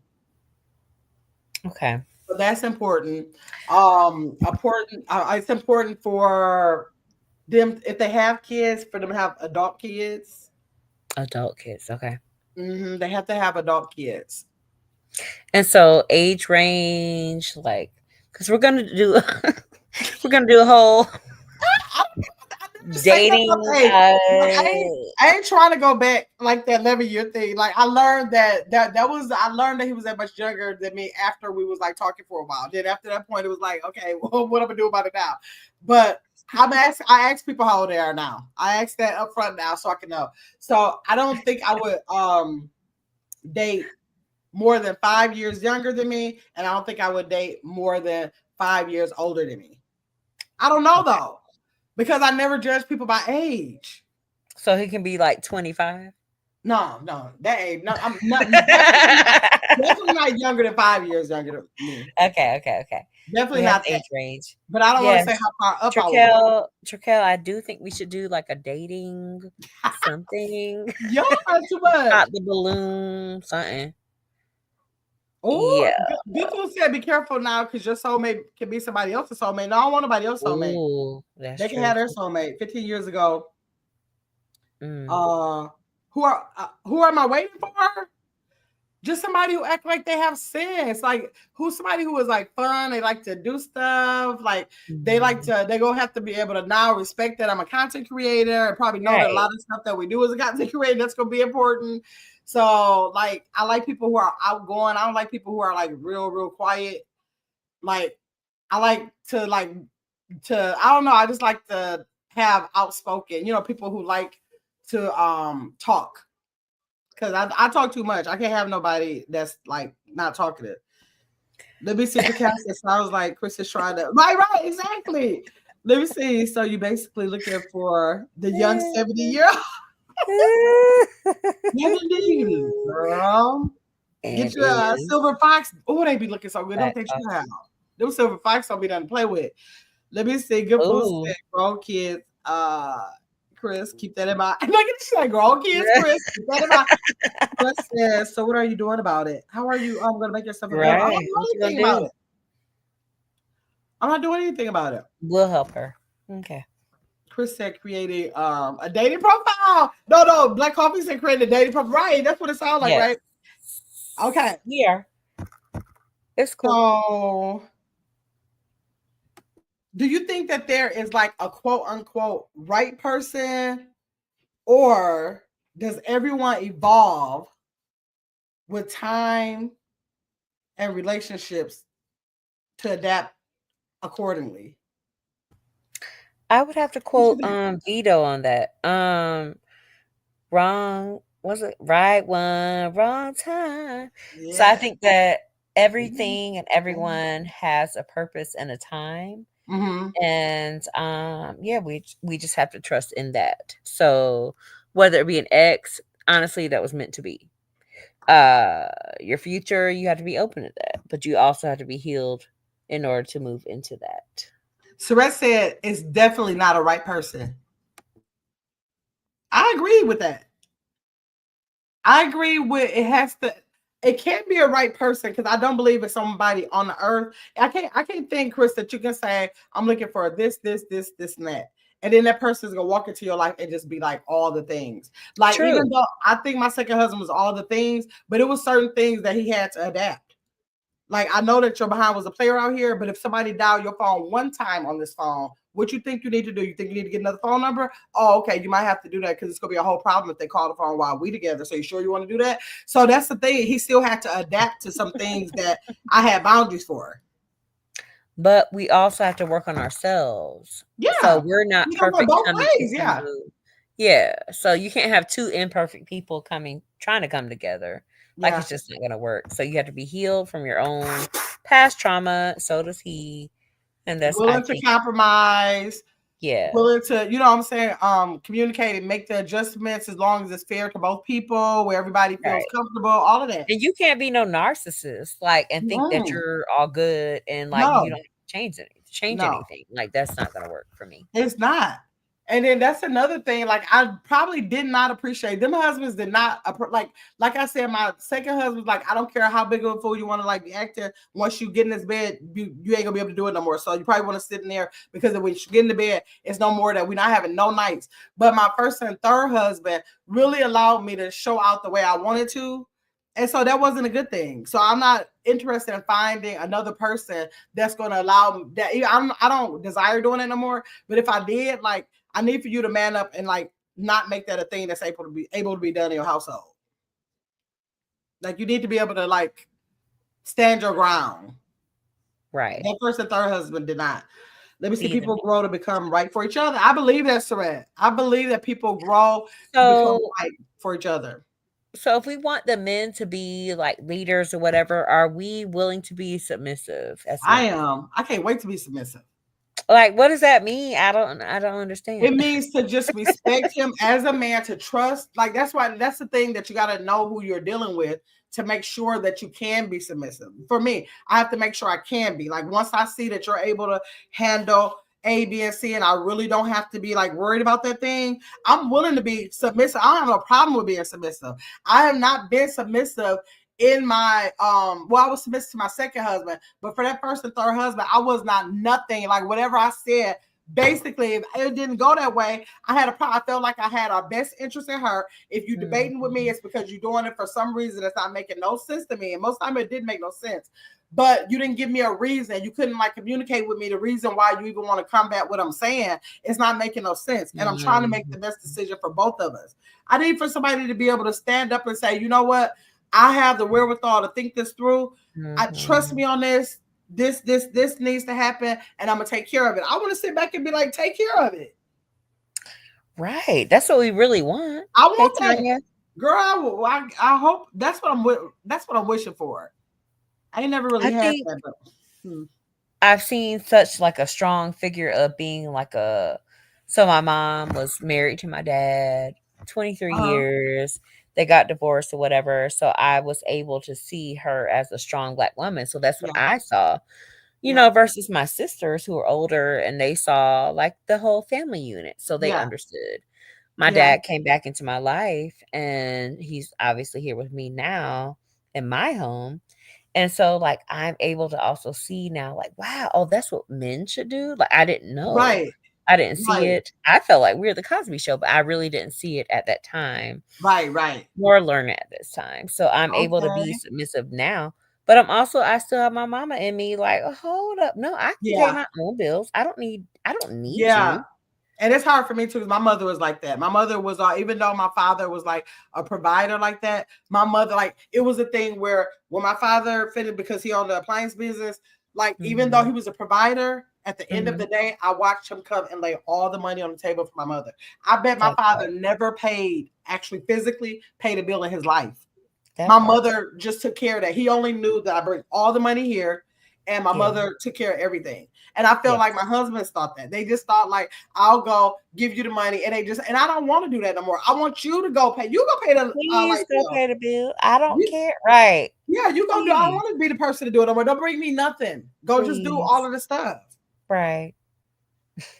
I don't want to plan anything. Yes. Okay, let me see. Good Food said, I know one thing he better know how to fight. Gamma, you said that was attitude. that was real, like for real. I mean, setting those boundaries. I put them out there, and I don't blame people if they feel like that's too much for them. Then I feel like that's a good thing that you was able to let me know soon, and then we don't have to even go no further. But I definitely believe in putting boundaries out there. And if they got something, they should tell me.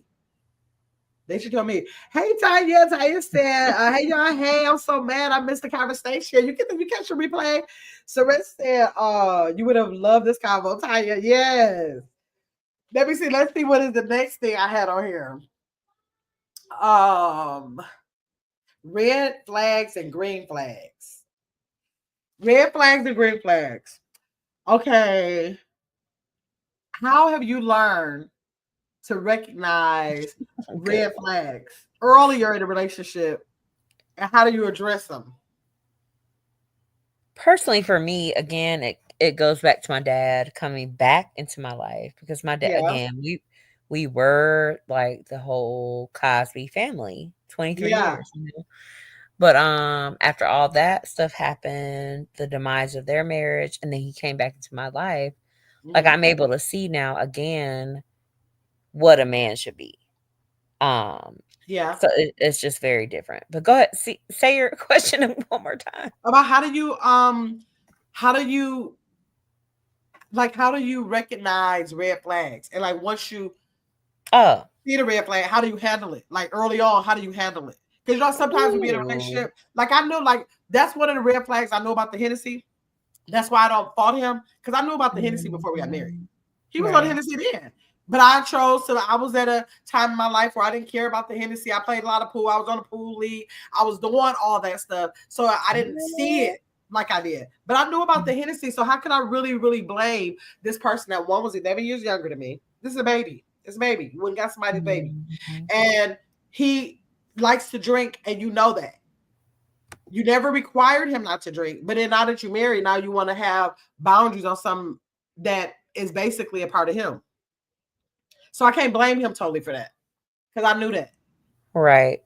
Yeah. I think it's about knowing yourself, knowing what you're willing to tolerate or whatever, and then like being vocal about that, and then like setting your own boundaries and making that very clear. Or Right. like cutting it off. Like it's okay to say, like, nah, Just he's saying trying. no. Like you Right. don't have to cover red flags and continue Exactly. on.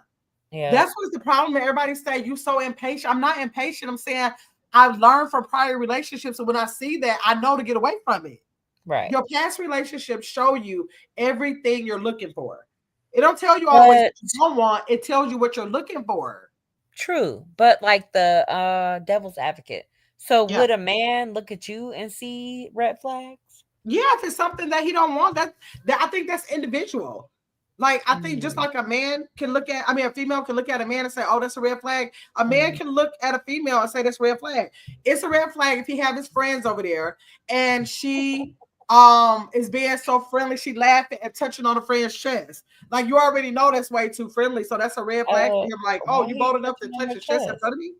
Yeah, that's the problem. What? Yeah, so he got red flags. I think every individual can have red flags, and somebody's red flags may not be the same as somebody else's red flags. Good Food is posting her red flag. What did she say? She said reclining the seat in the car. You don't like that? I did used to hate that, but that wasn't a deal breaker for me. Right, that's why I said it wasn't 100%. So that said she said that's why she was saying it wasn't my third husband 100%. No, I don't think so. I think it was about, but I'm saying the what caused us to break up was the Hennessy. It didn't have to be. He could have did something about the Hennessy. He needs to this day do something about the Hennessy. I think he on beer now. I think he left the Hennessy alone. Let me see. Good Food said love being in the other woman face. And one time, even my deceased husband, the perfect one, we was early in dating, probably like a couple months. We went to BW3s and a girl walked by. Why did I see that neck like that? He turned No, you around. didn't. I said, if you ever in the presence of me look at another female like that while I'm in the presence, now I might be sometimes I'd be like, oh, she got a cute shape. Look at her. I might do Right. that. Well, I don't know you well enough to do that yet. But if you ever do that again in my presence, I would never have another thing to say to you. And he believed me to the day he died, I never caught him looking at nobody in front of me. Yeah.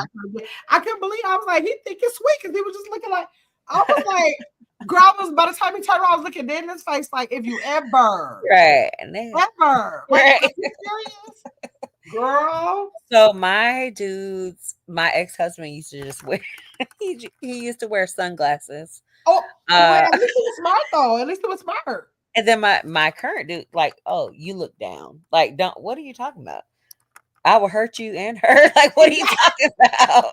Right. I don't play stuff like that because I don't even want to be like, don't you be looking at because like later on I'd be like, she got the cutest little shade. He don't got to comment on it, but that's my thing for him to see. Like, yeah, she do. I don't even mind that. But at that point, I didn't know you well enough.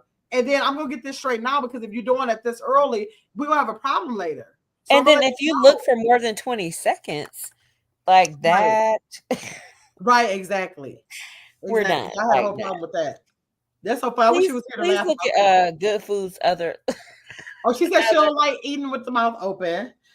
Taking food to eat in a bed, all the red flags, no home training.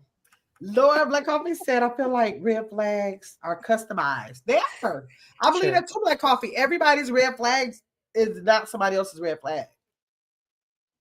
Because it's what you want in your relationship. That's individualized. That's what you want, not across the board. Like it can't be across the board. We saying that we don't want nobody looking at nobody, but then you heard Natalie on here last week saying, "Bring me all the bodies." Then you will have all the bodies, so it got to be individualized. Sarette said, like she has a cure for that. Like number one, Good Food. I like to have a snack or fruit by the bed sometimes, so we would not have a problem. Right. I know that's right. Bring the Good Food said, "Love to be at the club." Lord, don't lie about dumb ish. Sarissa, don't be lying about no dumb ish. Don't lie about. Let me see. Or important and right. Just don't lie. Don't get caught no lie. Good Food said, yes. Eat at the table only.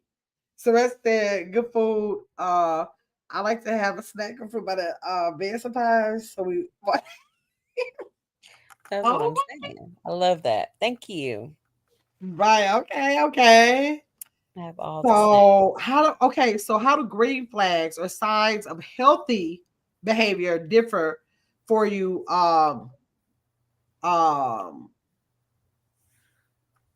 now in your life? Like, how does that fit? Like, how do you accept like green flags? I think at my age and the work I've done on myself, like I'm able Yeah. to see, like, oh, okay. Like I'm able to honestly pause, even if I get mad or try to Yeah. like assume that he means something different than Uh-huh. what he's saying. Like I try to pause, understand that. Now I still go off, because that's me. Yeah. But again, with age, I just think I'm able to see the good things and like um yeah, differentiate Yeah. between what I address and what I don't.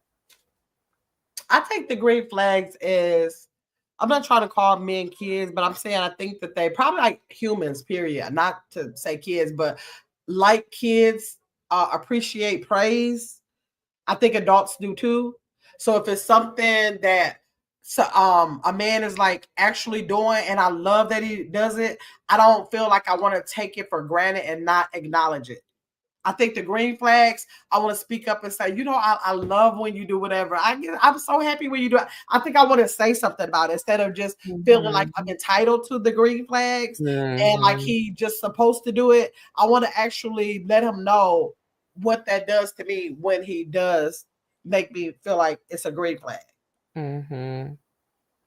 Good food said you have to have a fun side, you have to be passionate for sure. Yes. Right. Pause. Power in the pause, for real. Just make me feel. Yeah, I want him to make me feel appreciated, maybe, but I want to make sure I'm making him feel appreciated too. Good food said be passionate. Yep, yep. So how do men feel appreciated? I think if you tell them, like I think a lot of it is telling them, because I think a lot of times they are so used to females ignoring all the things that they do right because they highlighting all the things they do wrong. So I think a lot of times just simply saying it will do it for them. And gestures, I think, will do it for them. And I think it'll do it for anybody. If you cooking every day and he never acknowledges it, yet maybe or maybe not, you might pay attention to that. But for sure, if he comes in and say, you know what, I really appreciate when I come home, you have everything ready. I don't have to worry about this and that. If he Mhm. brings that to you, you're going to appreciate that at that moment more, even if you never even thought about it. I think men really want, from what I hear, is peace. So when they come Right. home, Mm-hmm. yeah, like you said, okay, the meal is Yeah. fixed, house is Right. clean, blah, blah, blah. But I'm kind of like also like, damn, I want to be at peace too. So that's honestly my struggle too. But you don't So think like that if you're providing peace, that he won't give you that peace back? I have received that. So I understand. Yes. That Yeah. is the truth. Yeah. I cook, but I don't fix lunches for him to work. Why you don't fix his lunch? Good food. Girl, you better fix him some Right. Why you lunch. don't want to fix his lunch? I been want to do all of this. Somebody is doing all the right Sandwich. things. I been want to do all the things. Like, what else can I do? What else can I do? I be going to the search. Let me Google. What else can I do with this? I be on ChatGPT. What can I do that? I'm telling you. That's what we're trying to say, Gamma. Like, we need to know. Because the men come to you for real. Like, they want to wipe you down. So I'm trying to understand, like, what I need to do. What you need to do? That's a shame. That's a crying Because shame. I'm tired. So, yeah. Lord. I don't know. I just Mm. think that I don't know. I think that I don't want to use the word submissive. I think that you should just be I think you should highlight the good. I think that anybody, no matter male, female, child, when people are highlighting your good, you know that in education. If you're highlighting and praising the good, I mean, you ain't got Mhm. to be like, "Oh my God, you went to work today. I'm so happy you went to work." Nothing like that. But like gestures. Like I'm real big on gestures, and Mhm. I already got the kind of personality that I love, like surprises, and I got the personality where I want to Mhm. like make people feel good. So if Right. I'm in a relationship, I want to like do that. I want to do that. So I'm doing a lot of that all the time.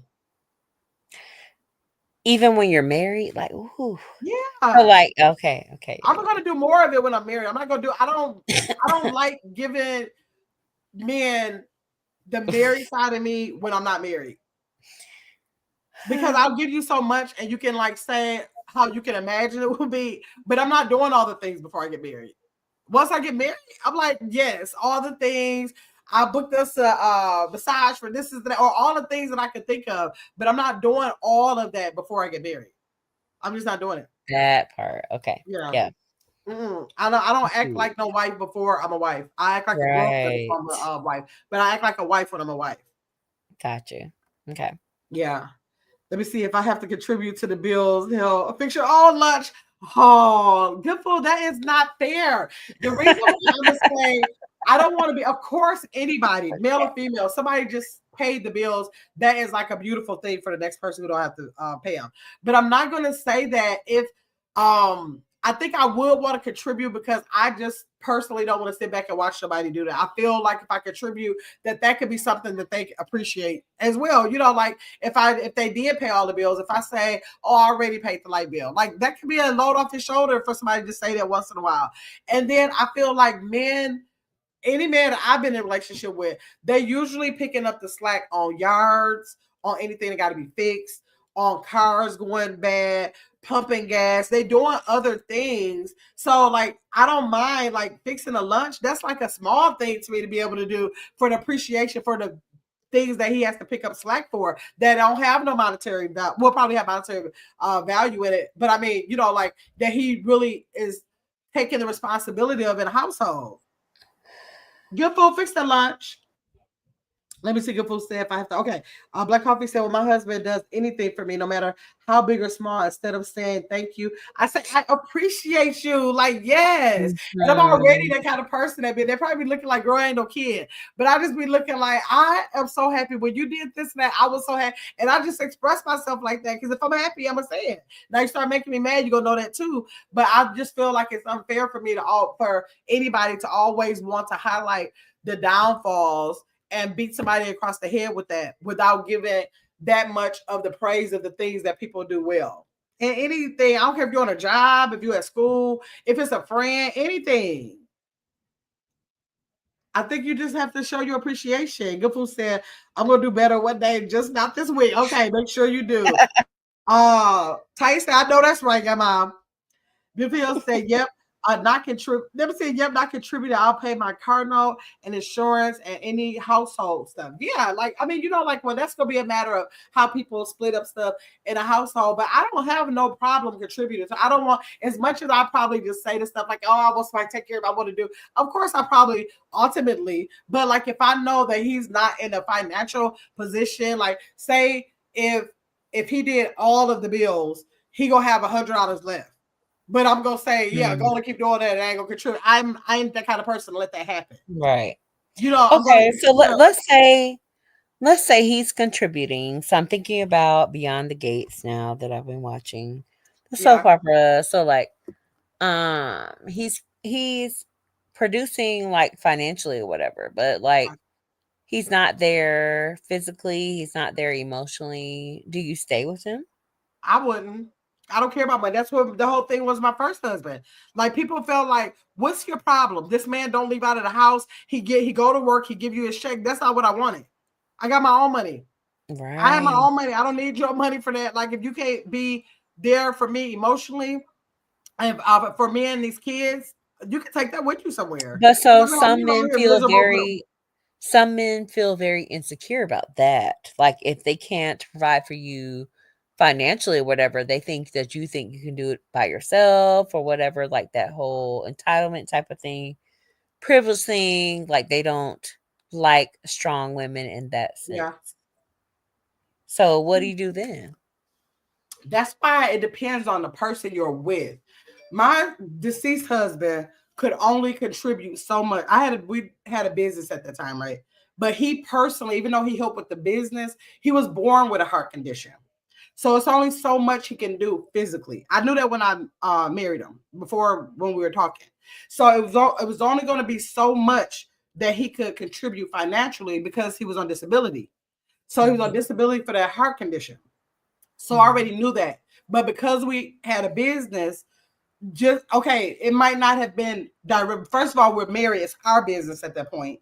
And he did all he could to pick up the slack where he could. It couldn't be a lot of physical stuff, but wherever he could, he would pick up the slack and help in the business.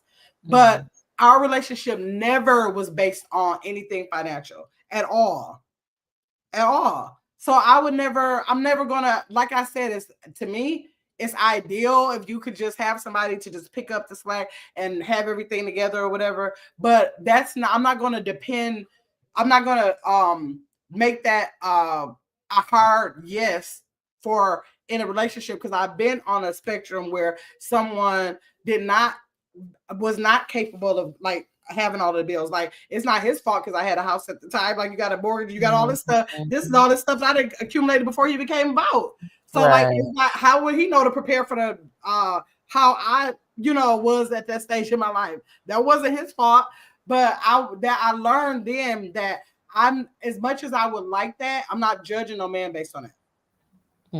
About being able to just like take care of everything. Right. I'm not judging him on that. I'm just, because that taught me a lesson, because money didn't have nothing to do with that relationship. And it's the best relationship I ever had. Versus the first husband that was willing to pay all the stuff, but you're getting on my nerves, you won't get off the couch. Like, the emotional part of it was, far more important to me than the financial part. Yes. So, okay, lots of questions in the chat, but I also want to know, like, what is your like ideal mate? I don't think it's ideal. Remember, I was telling y'all that I have to get to know the person. Like, I want to know your person. Like, your personality might be something that I never even came across yet. So it's not like an ideal person. It's like, I got to meet you and then see like if we even click. Like, you could be the ideal person, but we still might not click. So he can look like Madea and you would be good with that.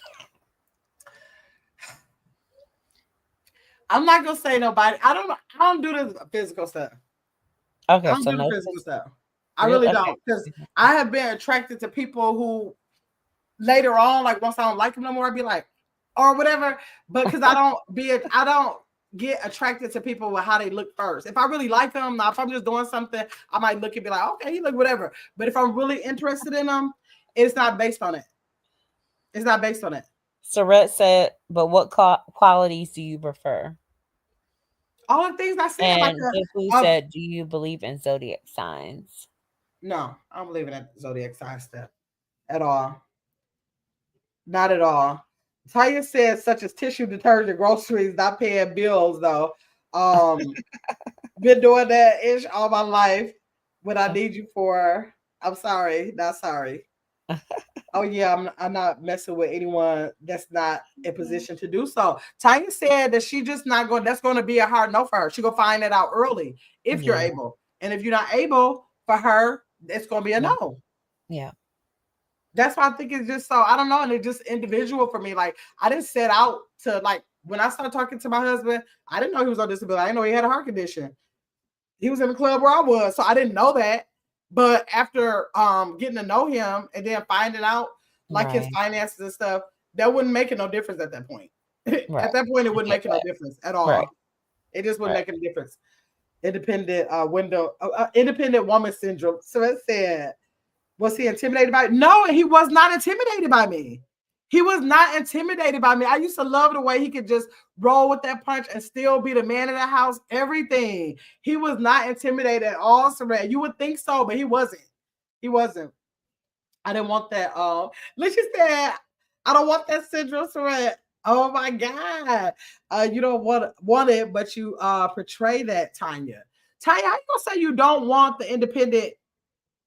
Oh no, but she said no. So she's saying that she is an independent woman now, but in a relationship, she wants to give that up. She wants to allow them to take. But Tanya, when you say that, are you saying like take control over bills as far along with like the head of household like mentality and like role of the house? Like, you're not talking about just money, right? I don't think she talked about that. So when I'm with someone, I'm very humble and submissive, so they don't see that side of me. They all probably assume that I'm doing it alone. You see, Tanya? But what qualities do you prefer? Like I prefer him, like the qualities is like being ambitious, like being like goal driven, even if it's small or large goals. Because some people at this age, they're not willing to be thinking about no big, large goals. You know, they try to be content, comfortable, you know, and happy in their life right now. So somebody who just is the most important thing in their life at this point is being happy and doing whatever it takes for that to happen. Having expectations of me and allowing me to have expectations of them, being able to compromise, and like I said, being able to communicate, and not just communicate. I'm talking about effective communication, like literally listening and being able to hold a conversation and being able to um um make me understand what they're saying. Like, don't let me just get away with saying it and just like be like, oh, okay. Or like, I don't like when people just agree with what I say. I prefer you, if you feel differently, I respect when you can say, I don't agree with that. And like explain it to me. Because what if it's something you can change my mind about? I don't want you to just think that I'm right all the time. Like just because I think I'm right, that don't mean I necessarily have to be right. Can you express yourself? Or are you gonna shut down because you don't know how to express yourself? I like people who can express themselves. Let me see. Wait, how long in the relationship did you have? Wait, wait, how long in the relationship did you have out about this condition? I'll find out about the condition. Probably like maybe like a couple months or something. Because we weren't like talking at first. We were just like have a conversation, going out and stuff like that. So probably when we start having like conversations about us, then he told me about his heart condition. Good Food said, Tanya said, no, if you can't be going to the other, well, you can't be going to unemployment office and coming over here. She said, I like my man to lead, protect, and provide. Yeah, that is so nice. I just like I do want him to lead for sure, but I have to feel very strong that you can lead. Like we have to have had a relationship where you've showed me in different areas that you were able to like actually lead. Like I like that. Like I used to tell my first husband, you sound crazy. I'm not going to lead you because you'll be leading me off of a clip with a 40 ounce or whatever. So no, you don't have the qualifications for me to have you lead me. But if you showing me, you know, by your actions you can lead, then yeah, I don't have no problem with that.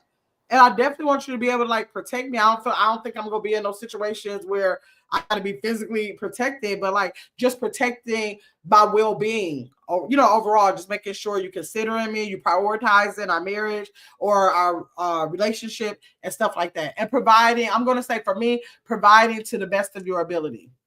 Providing to the best of your ability. Let me see. Tyson, although heavy on the provide. So I didn't with them. That's what she desired, though. People have a right to desire what they desire, and that's all to it. So, what do you think the importance of self-love and maintaining a strong sense of identity? What do you think about that being separate from your partners? So you definitely have to have a strong sense of self for sure. You have to do the work on your own. Yeah. And that's why people shouldn't go from relationship to relationship. I've done that before. Yeah. It does not work because you haven't done the work on yourself first. Right. You know what I'm saying? So like, how can I accept for my man to be doing this and that, and I'm not doing this or that to help the relationship thrive as well? So do the work ourselves, and then like, yeah, that's crazy. Exactly. Yeah, I think that's really important. And people don't, because when you go from relationship to relationship, you go from transferring, you know, trying to leave off where you know what I'm saying, go where you're not healed and pour it into somebody, you know, it's like a band-aid almost. It is. That doesn't help. I've done that before, like try to go from one thing to another to heal the other thing that I'm hurting from. But really, in reality, it's not going to work like ever.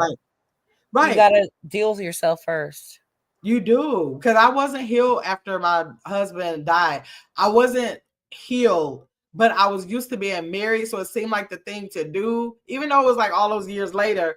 But it was literally a band-aid because like you're such a good friend, but you're nothing that I would really be looking for in a relationship. Right. I literally married my friend. I really married my friend. But Right. even then, if I looked at it, probably if you didn't wave that ring in my, I think the ring had something to do with it. If he hadn't waved that ring in my face, and if I wasn't trying to like just be in a position of what I was used to being in, it probably would have never happened. It probably would have never happened. Right. Yep. Let me see. I agree. Yes, Tanya. Tanya says she agrees with you. She agrees with you. So, how do you think Facts. therapy or counseling? Do you think therapy or counseling would help? Yes. You think so? That's good. 1000%, because I've been through that. Really knowing how to deal with situations, because we're human. We're gonna come upon different situations with relationships, friendships. If we're not armed on how to deal with that, then that's a problem. Yeah. So I think therapy kind of provides that. Yeah, I never went through therapy with any of the two relationships at all. Really? Mm-hmm. Have you ever been to therapy at all? Mm-mm. Nope. Oh, you should try it. Yes. I keep saying that. Every time something traumatic happens in my life, I say I am, and I never get around to it. Never get around to it. Yeah. So, after several marriages, what do you want from your future relationship? I think I want total vulnerability. Because that second husband was, the third husband was like, when I tell you he is not a vulnerable person at all, he's never going to put himself in a kind of position at all. So that makes me desire a person that could just like give total vulnerability, be himself, speak what he being able to speak how he feels, put his emotions on the line, all of that. Mm-hmm. Yeah, I would agree. Transparency for sure, and like a lack of narcissism.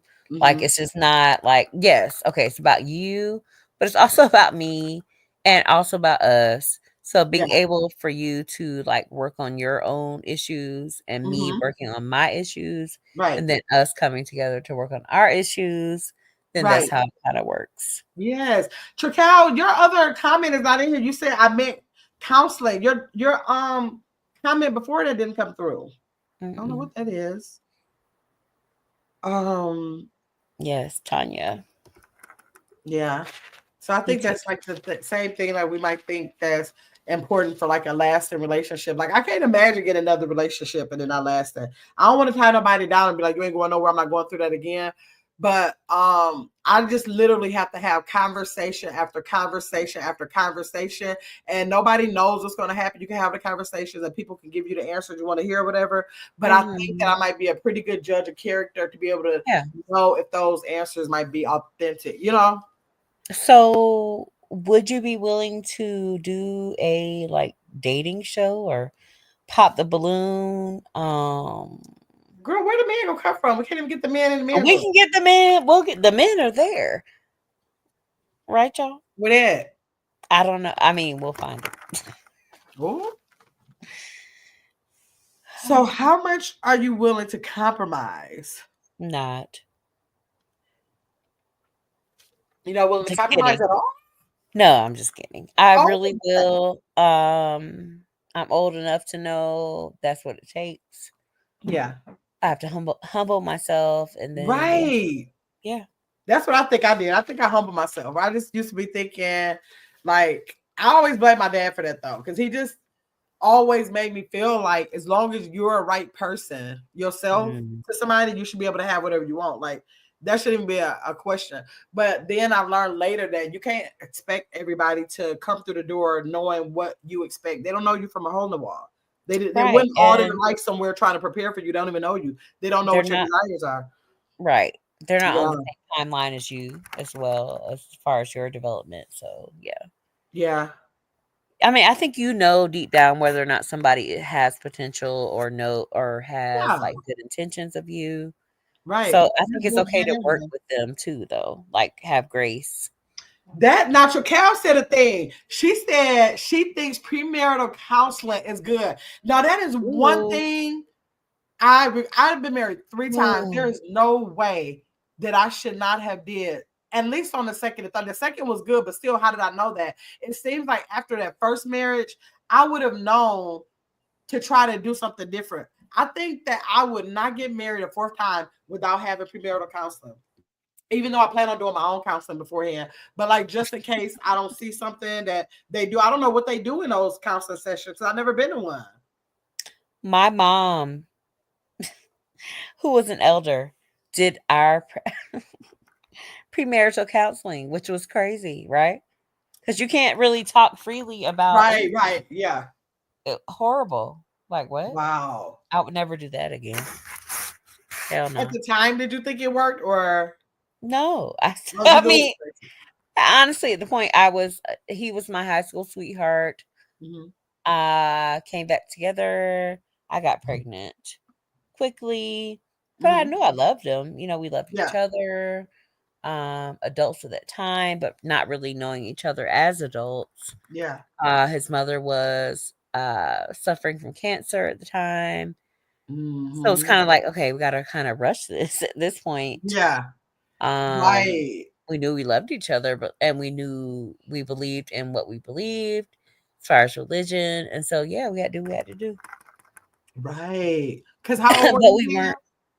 I think I was in my 30s. Yeah. 30? Okay. Kaden was 10.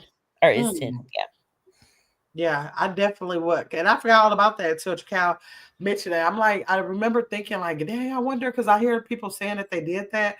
Yeah. Even though the people that I know that did it actually got divorced too. But I mean, I'm not saying it will save your marriage, but like possibly it could like maybe bring out some things. I mean, I think I know a lot of things now. I think I want to like talk about a lot of things right now.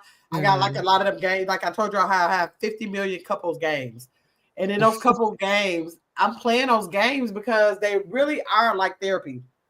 Like some of those questions are just like what you absolutely need to be talking about. The questions or the topics that are in the games are like things where you don't have to wait until the situation happens in your relationship. They're putting it on the table. They're saying stuff that happens in relationships later. You can ask that, and then you can have by the answer, you can have a good look on how that person would react to that situation versus waiting until it happens. And then that's the first time it ever came up and things not being handled the way it should. So what are like the major like milestones or whatever that you would look for? Like for me, I know finances would be one. So like what would be your like major things? Probably being able to communicate. And I don't want to keep saying communicate because everybody says communicate. I'm talking about being able to communicate and understand and be able to like express yourself and validate your thoughts. Like express that and explain that, be able to explain that. Because I had so much experience with my last husband, it just was what it was kind of like thing. He not gonna sit up there and talk about stuff too much. If I'm going on a rampage, it's like, okay, let me let her go on a rampage. And he never wanted to like talk about whatever it is. Now my second husband, whatever it was, we could lay there and we'll talk for 2 or 3 hours to get resolved to whatever it is. What was the situation? What could we both have did?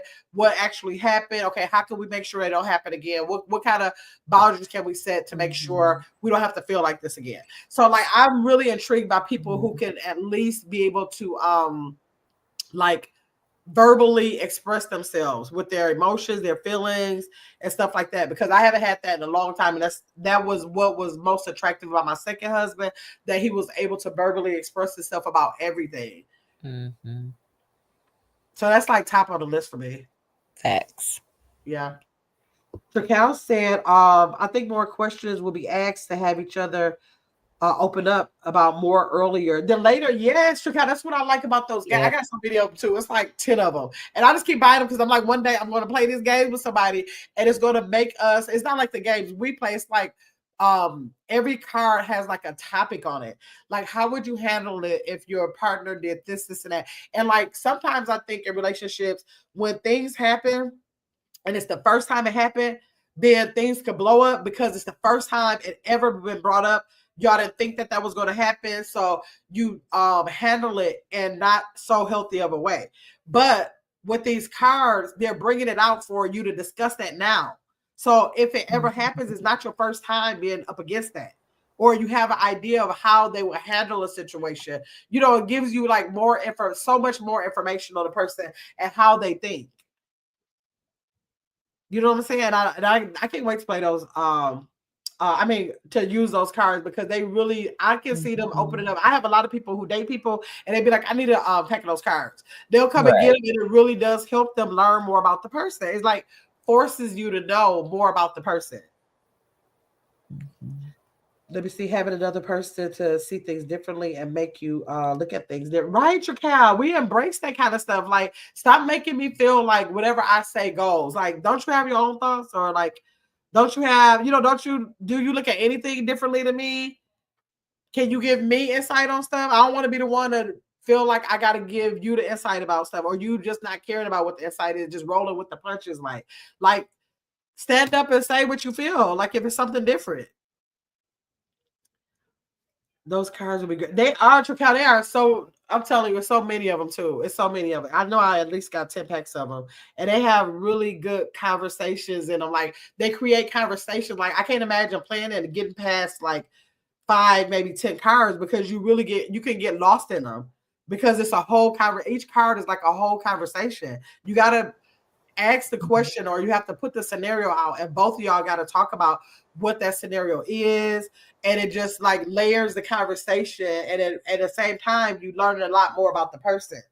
Let me see, where'd you get it from? Oh, I'm going to take a picture because I probably have like 10 of them. So like whenever I see them, like they could be on Facebook. I got stuff from Amazon, or like if I just see like ads, you know how you can just be scrolling, you'll see ads. And like about 2 years ago, and especially when COVID came out, and they had a lot of those questions because a lot of people was doing stuff virtually and all of that. And so they had a lot of them are really good conversation starters, or just to keep a conversation going. They really nice. So I'm gonna take a picture of them and send them to you because then you should be able to just Google the name of the cards. I seen a few on Amazon. Yes, they have a lot of them on Amazon. Most of them are probably on Amazon now. But yeah, I think they do a lot in giving people the open to like, I mean, because sometimes you don't know exactly what you want to like ask a person after you're talking to them, or you have things you want to ask, but you might not want to be the person, and you could almost like blame it on the cards. Like, it ain't me asking, this is the cards. The card says that you really want to know, but the card says this, but it gives you information that you need.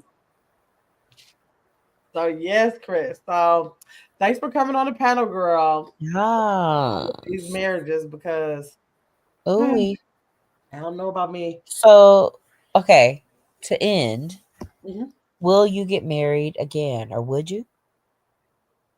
I'm definitely getting married again. Boom. Nothing would stop me from not getting married. Because first of all, I'm not gonna judge nobody on no past relationships, and I love being married. I love being married. And what was the best things about being married? I think the best thing is the companionship.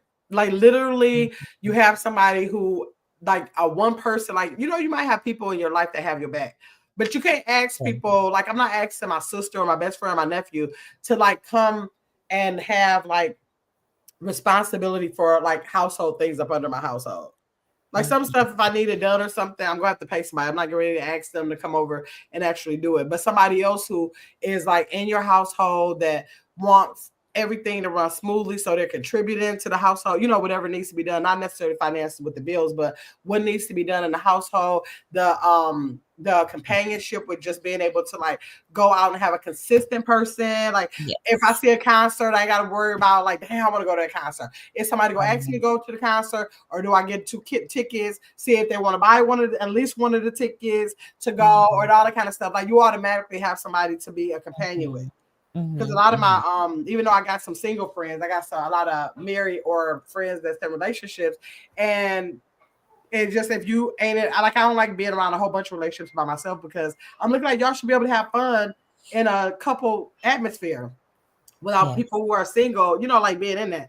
So like just to be able to like have a partner and stuff like that. I've been a long time without a partner. I felt like I had a partner for all those years, and now I've solely. At first, I was devastated. Like little stuff would devastate me. Like my ex-husband had to come over here and like shovel my snow. Like I can't shovel those stuff, like little stuff. Like I didn't realize I was dependent on him for every little thing. It seemed like I had to be calling him for, and I still had connections to him. Like when he went to work, it used to really bother me. Like I know he's going to work. I know we're not living together no more, but I know he's going to work. I know because he don't cook at all. He don't care if he eat a sandwich 7 days a week. He not gonna try to cook or nothing. It used to bother me, so I'd be cooking and be like, "Okay, you can come over here and get your lunch." Like that bothered me because I literally did not want him.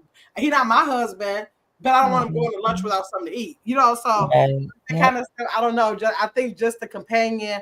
Maybe I desire when I was responsible for somebody, and then somebody was responsible for me in a way.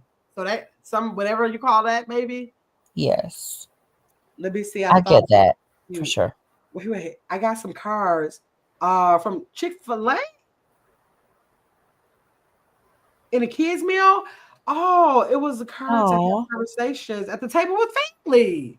That's cute. Nice. That was cute. Good Fool said this the YouTube version of why did I get married?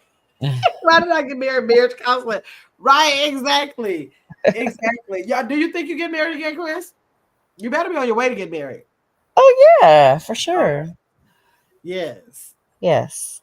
Yeah, I love marriage. I love marriage. I would love that. Now another child? Hell no. You think you have more? I mean, a little baby girl would be so cute. But no.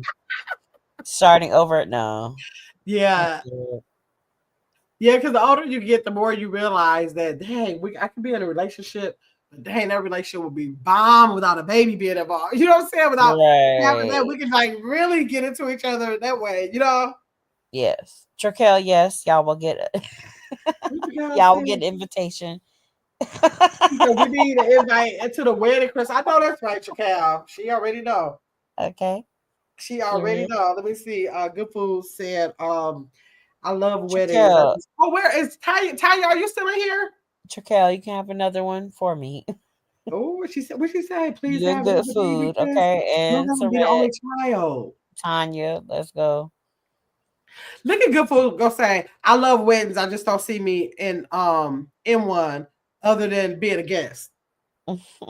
Now, Good Food. I thought the same thing, even though my son was a surprise. I'm glad I had him. Yeah. Oh. Yeah. Well, I'm definitely past that. Definitely past that. I was done after Asia. I knew. I don't care what the situation was. I would have no more kids. But the Bible says, who had the baby at 93, 83? Sarah. But you see, did you? Oh, it might not have came yet, but I did it. Did you know?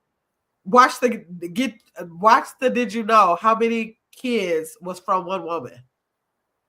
I think I saw that. Did I bring it up today? Yeah, it was too much. Too many. Yeah. And I didn't really 69. How? I think my comment. Oh, yeah, you did. You said how and I said why. Right. 69 kids, one woman in Russia in the 1800s. She had some quadruplets, twins, and triplets. But 69 kids. Good Food says she's ready. Be fruitful and multiply. What she say? She said be fruitful and multiply. I'm not Good Food, you good? I've been she said I've been so fruitful I don't have no more seed. Oh my God, you guys said think about when you get older. If he has to take care of you, he would be by himself. It's good to have siblings to handle things. True. That is very true, Cal. You tell the truth about that. Damn. You are telling the truth about that. Oh well. I don't know. I can't do it. Saying they got caregivers all over the world. That'd be 42. No, ma'am. Yeah. I know somebody, she was 39. She just had a baby. Okay, what a baby is almost a year old now. Oh, they are cute. Yeah, they are. They are. I don't know. So does anybody else in the chat have any more questions about the subject of being married again? Look how I got again means two already. Again and again and again. Look, my fourth marriage is gonna be being married again and again and again. That sounds so pitiful. Ah, I don't think it sounds pitiful at all. I think it sounds like you're a great, upstanding woman that can obviously attract a whole bunch of men. a whole bunch, 'Cause it's a hard. whole bunch. Seriously, it's hard for like to get married the first time. And that's so funny that you said that. I hope he ain't listening to this because my I don't never say high school sweetheart because we didn't go to the same high school. We lived in the same neighborhood. And he Mhm. called me a couple of weeks ago because I told you I talked to him like every couple of years or whatever. He called just to check on me. So instead, he always got to throw to say, he'd be like, you know, you're supposed to be my wife, right? He always say that. And I'd be like, boy, you know how many husbands I would have had? You would have been another husband, most likely. There's a good chance that you would have been another husband. I don't need no more. I don't need no more. So wait, what's wrong with him then? What's wrong? No, he don't even stay in he don't stay in Milwaukee. And I don't know. Remember I said I don't understand how people have never been married and he has never been married. He is 56 years old, never been married. And I don't care how much I thought I knew you then. What's going on in your life where you've never been married? Like I can't like, but we don't talk like to be talking like that no more. Anyways, he just be saying stuff like when my dad passed away, he got on a train. He came here immediately for my dad's funeral. So and because my dad was really close too. So and my mom, I think my mom when I first said your name on here, she thought I meant Chris when I said this is Chris because this is his name.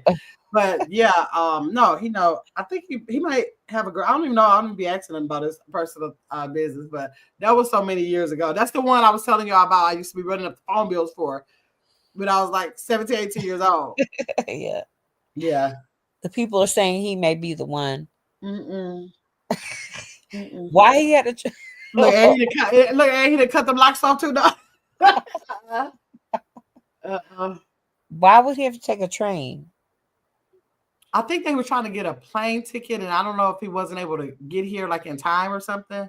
Okay. Something happened with the time because literally he got here and they had the power had went out in the funeral home at my dad's funeral, and he literally they were going to have to leave his body out for him to make it to see him.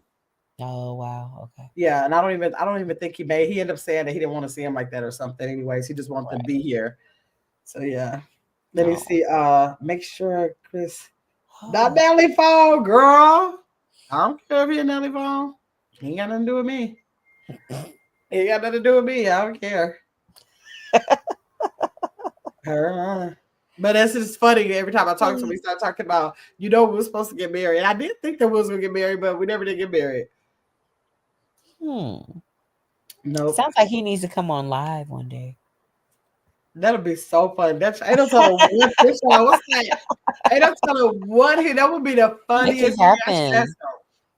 I should ask you that. That'll be the funniest thing. That's y'all because he be having 50 minutes. So he be reminding me of stuff that I don't even remember. How do you remember all that stuff? He remember everything. It'd be so funny. We need a story time. Yeah, he is funny with that. Okay, y'all. Thanks so much for coming. And Jacal said good night, y'all. Good food. Say good night, Jacal. We're about to get out of here. Thanks so much, Chris, for coming up. I appreciate you. I'm about to go watch Beyond the Gates. What did it say? 2 hours and 36 minutes, I think to say. Lord. Y'all go watch Beyond the Gates. Yeah, I need to go find that. I wonder if Ace will let me have my TV. If he'll let me have my TV, I'm gonna go find it. Because I'm not that far off. It just started, right? It started last week, and so will I be able to go back or CBS though? CBS on demand. On demand, okay. Or Paramount, yeah. Okay, I gotta figure out how to do that. I never tried good. That. Okay, just do a background on them. No, I don't want them. Okay. All right. Thank y'all for coming in. I appreciate y'all. Make sure y'all hit the like button. Make sure y'all hit the like button. Okay, thanks, Chris. Talk to you later. Okay, bye, y'all. Bye-bye.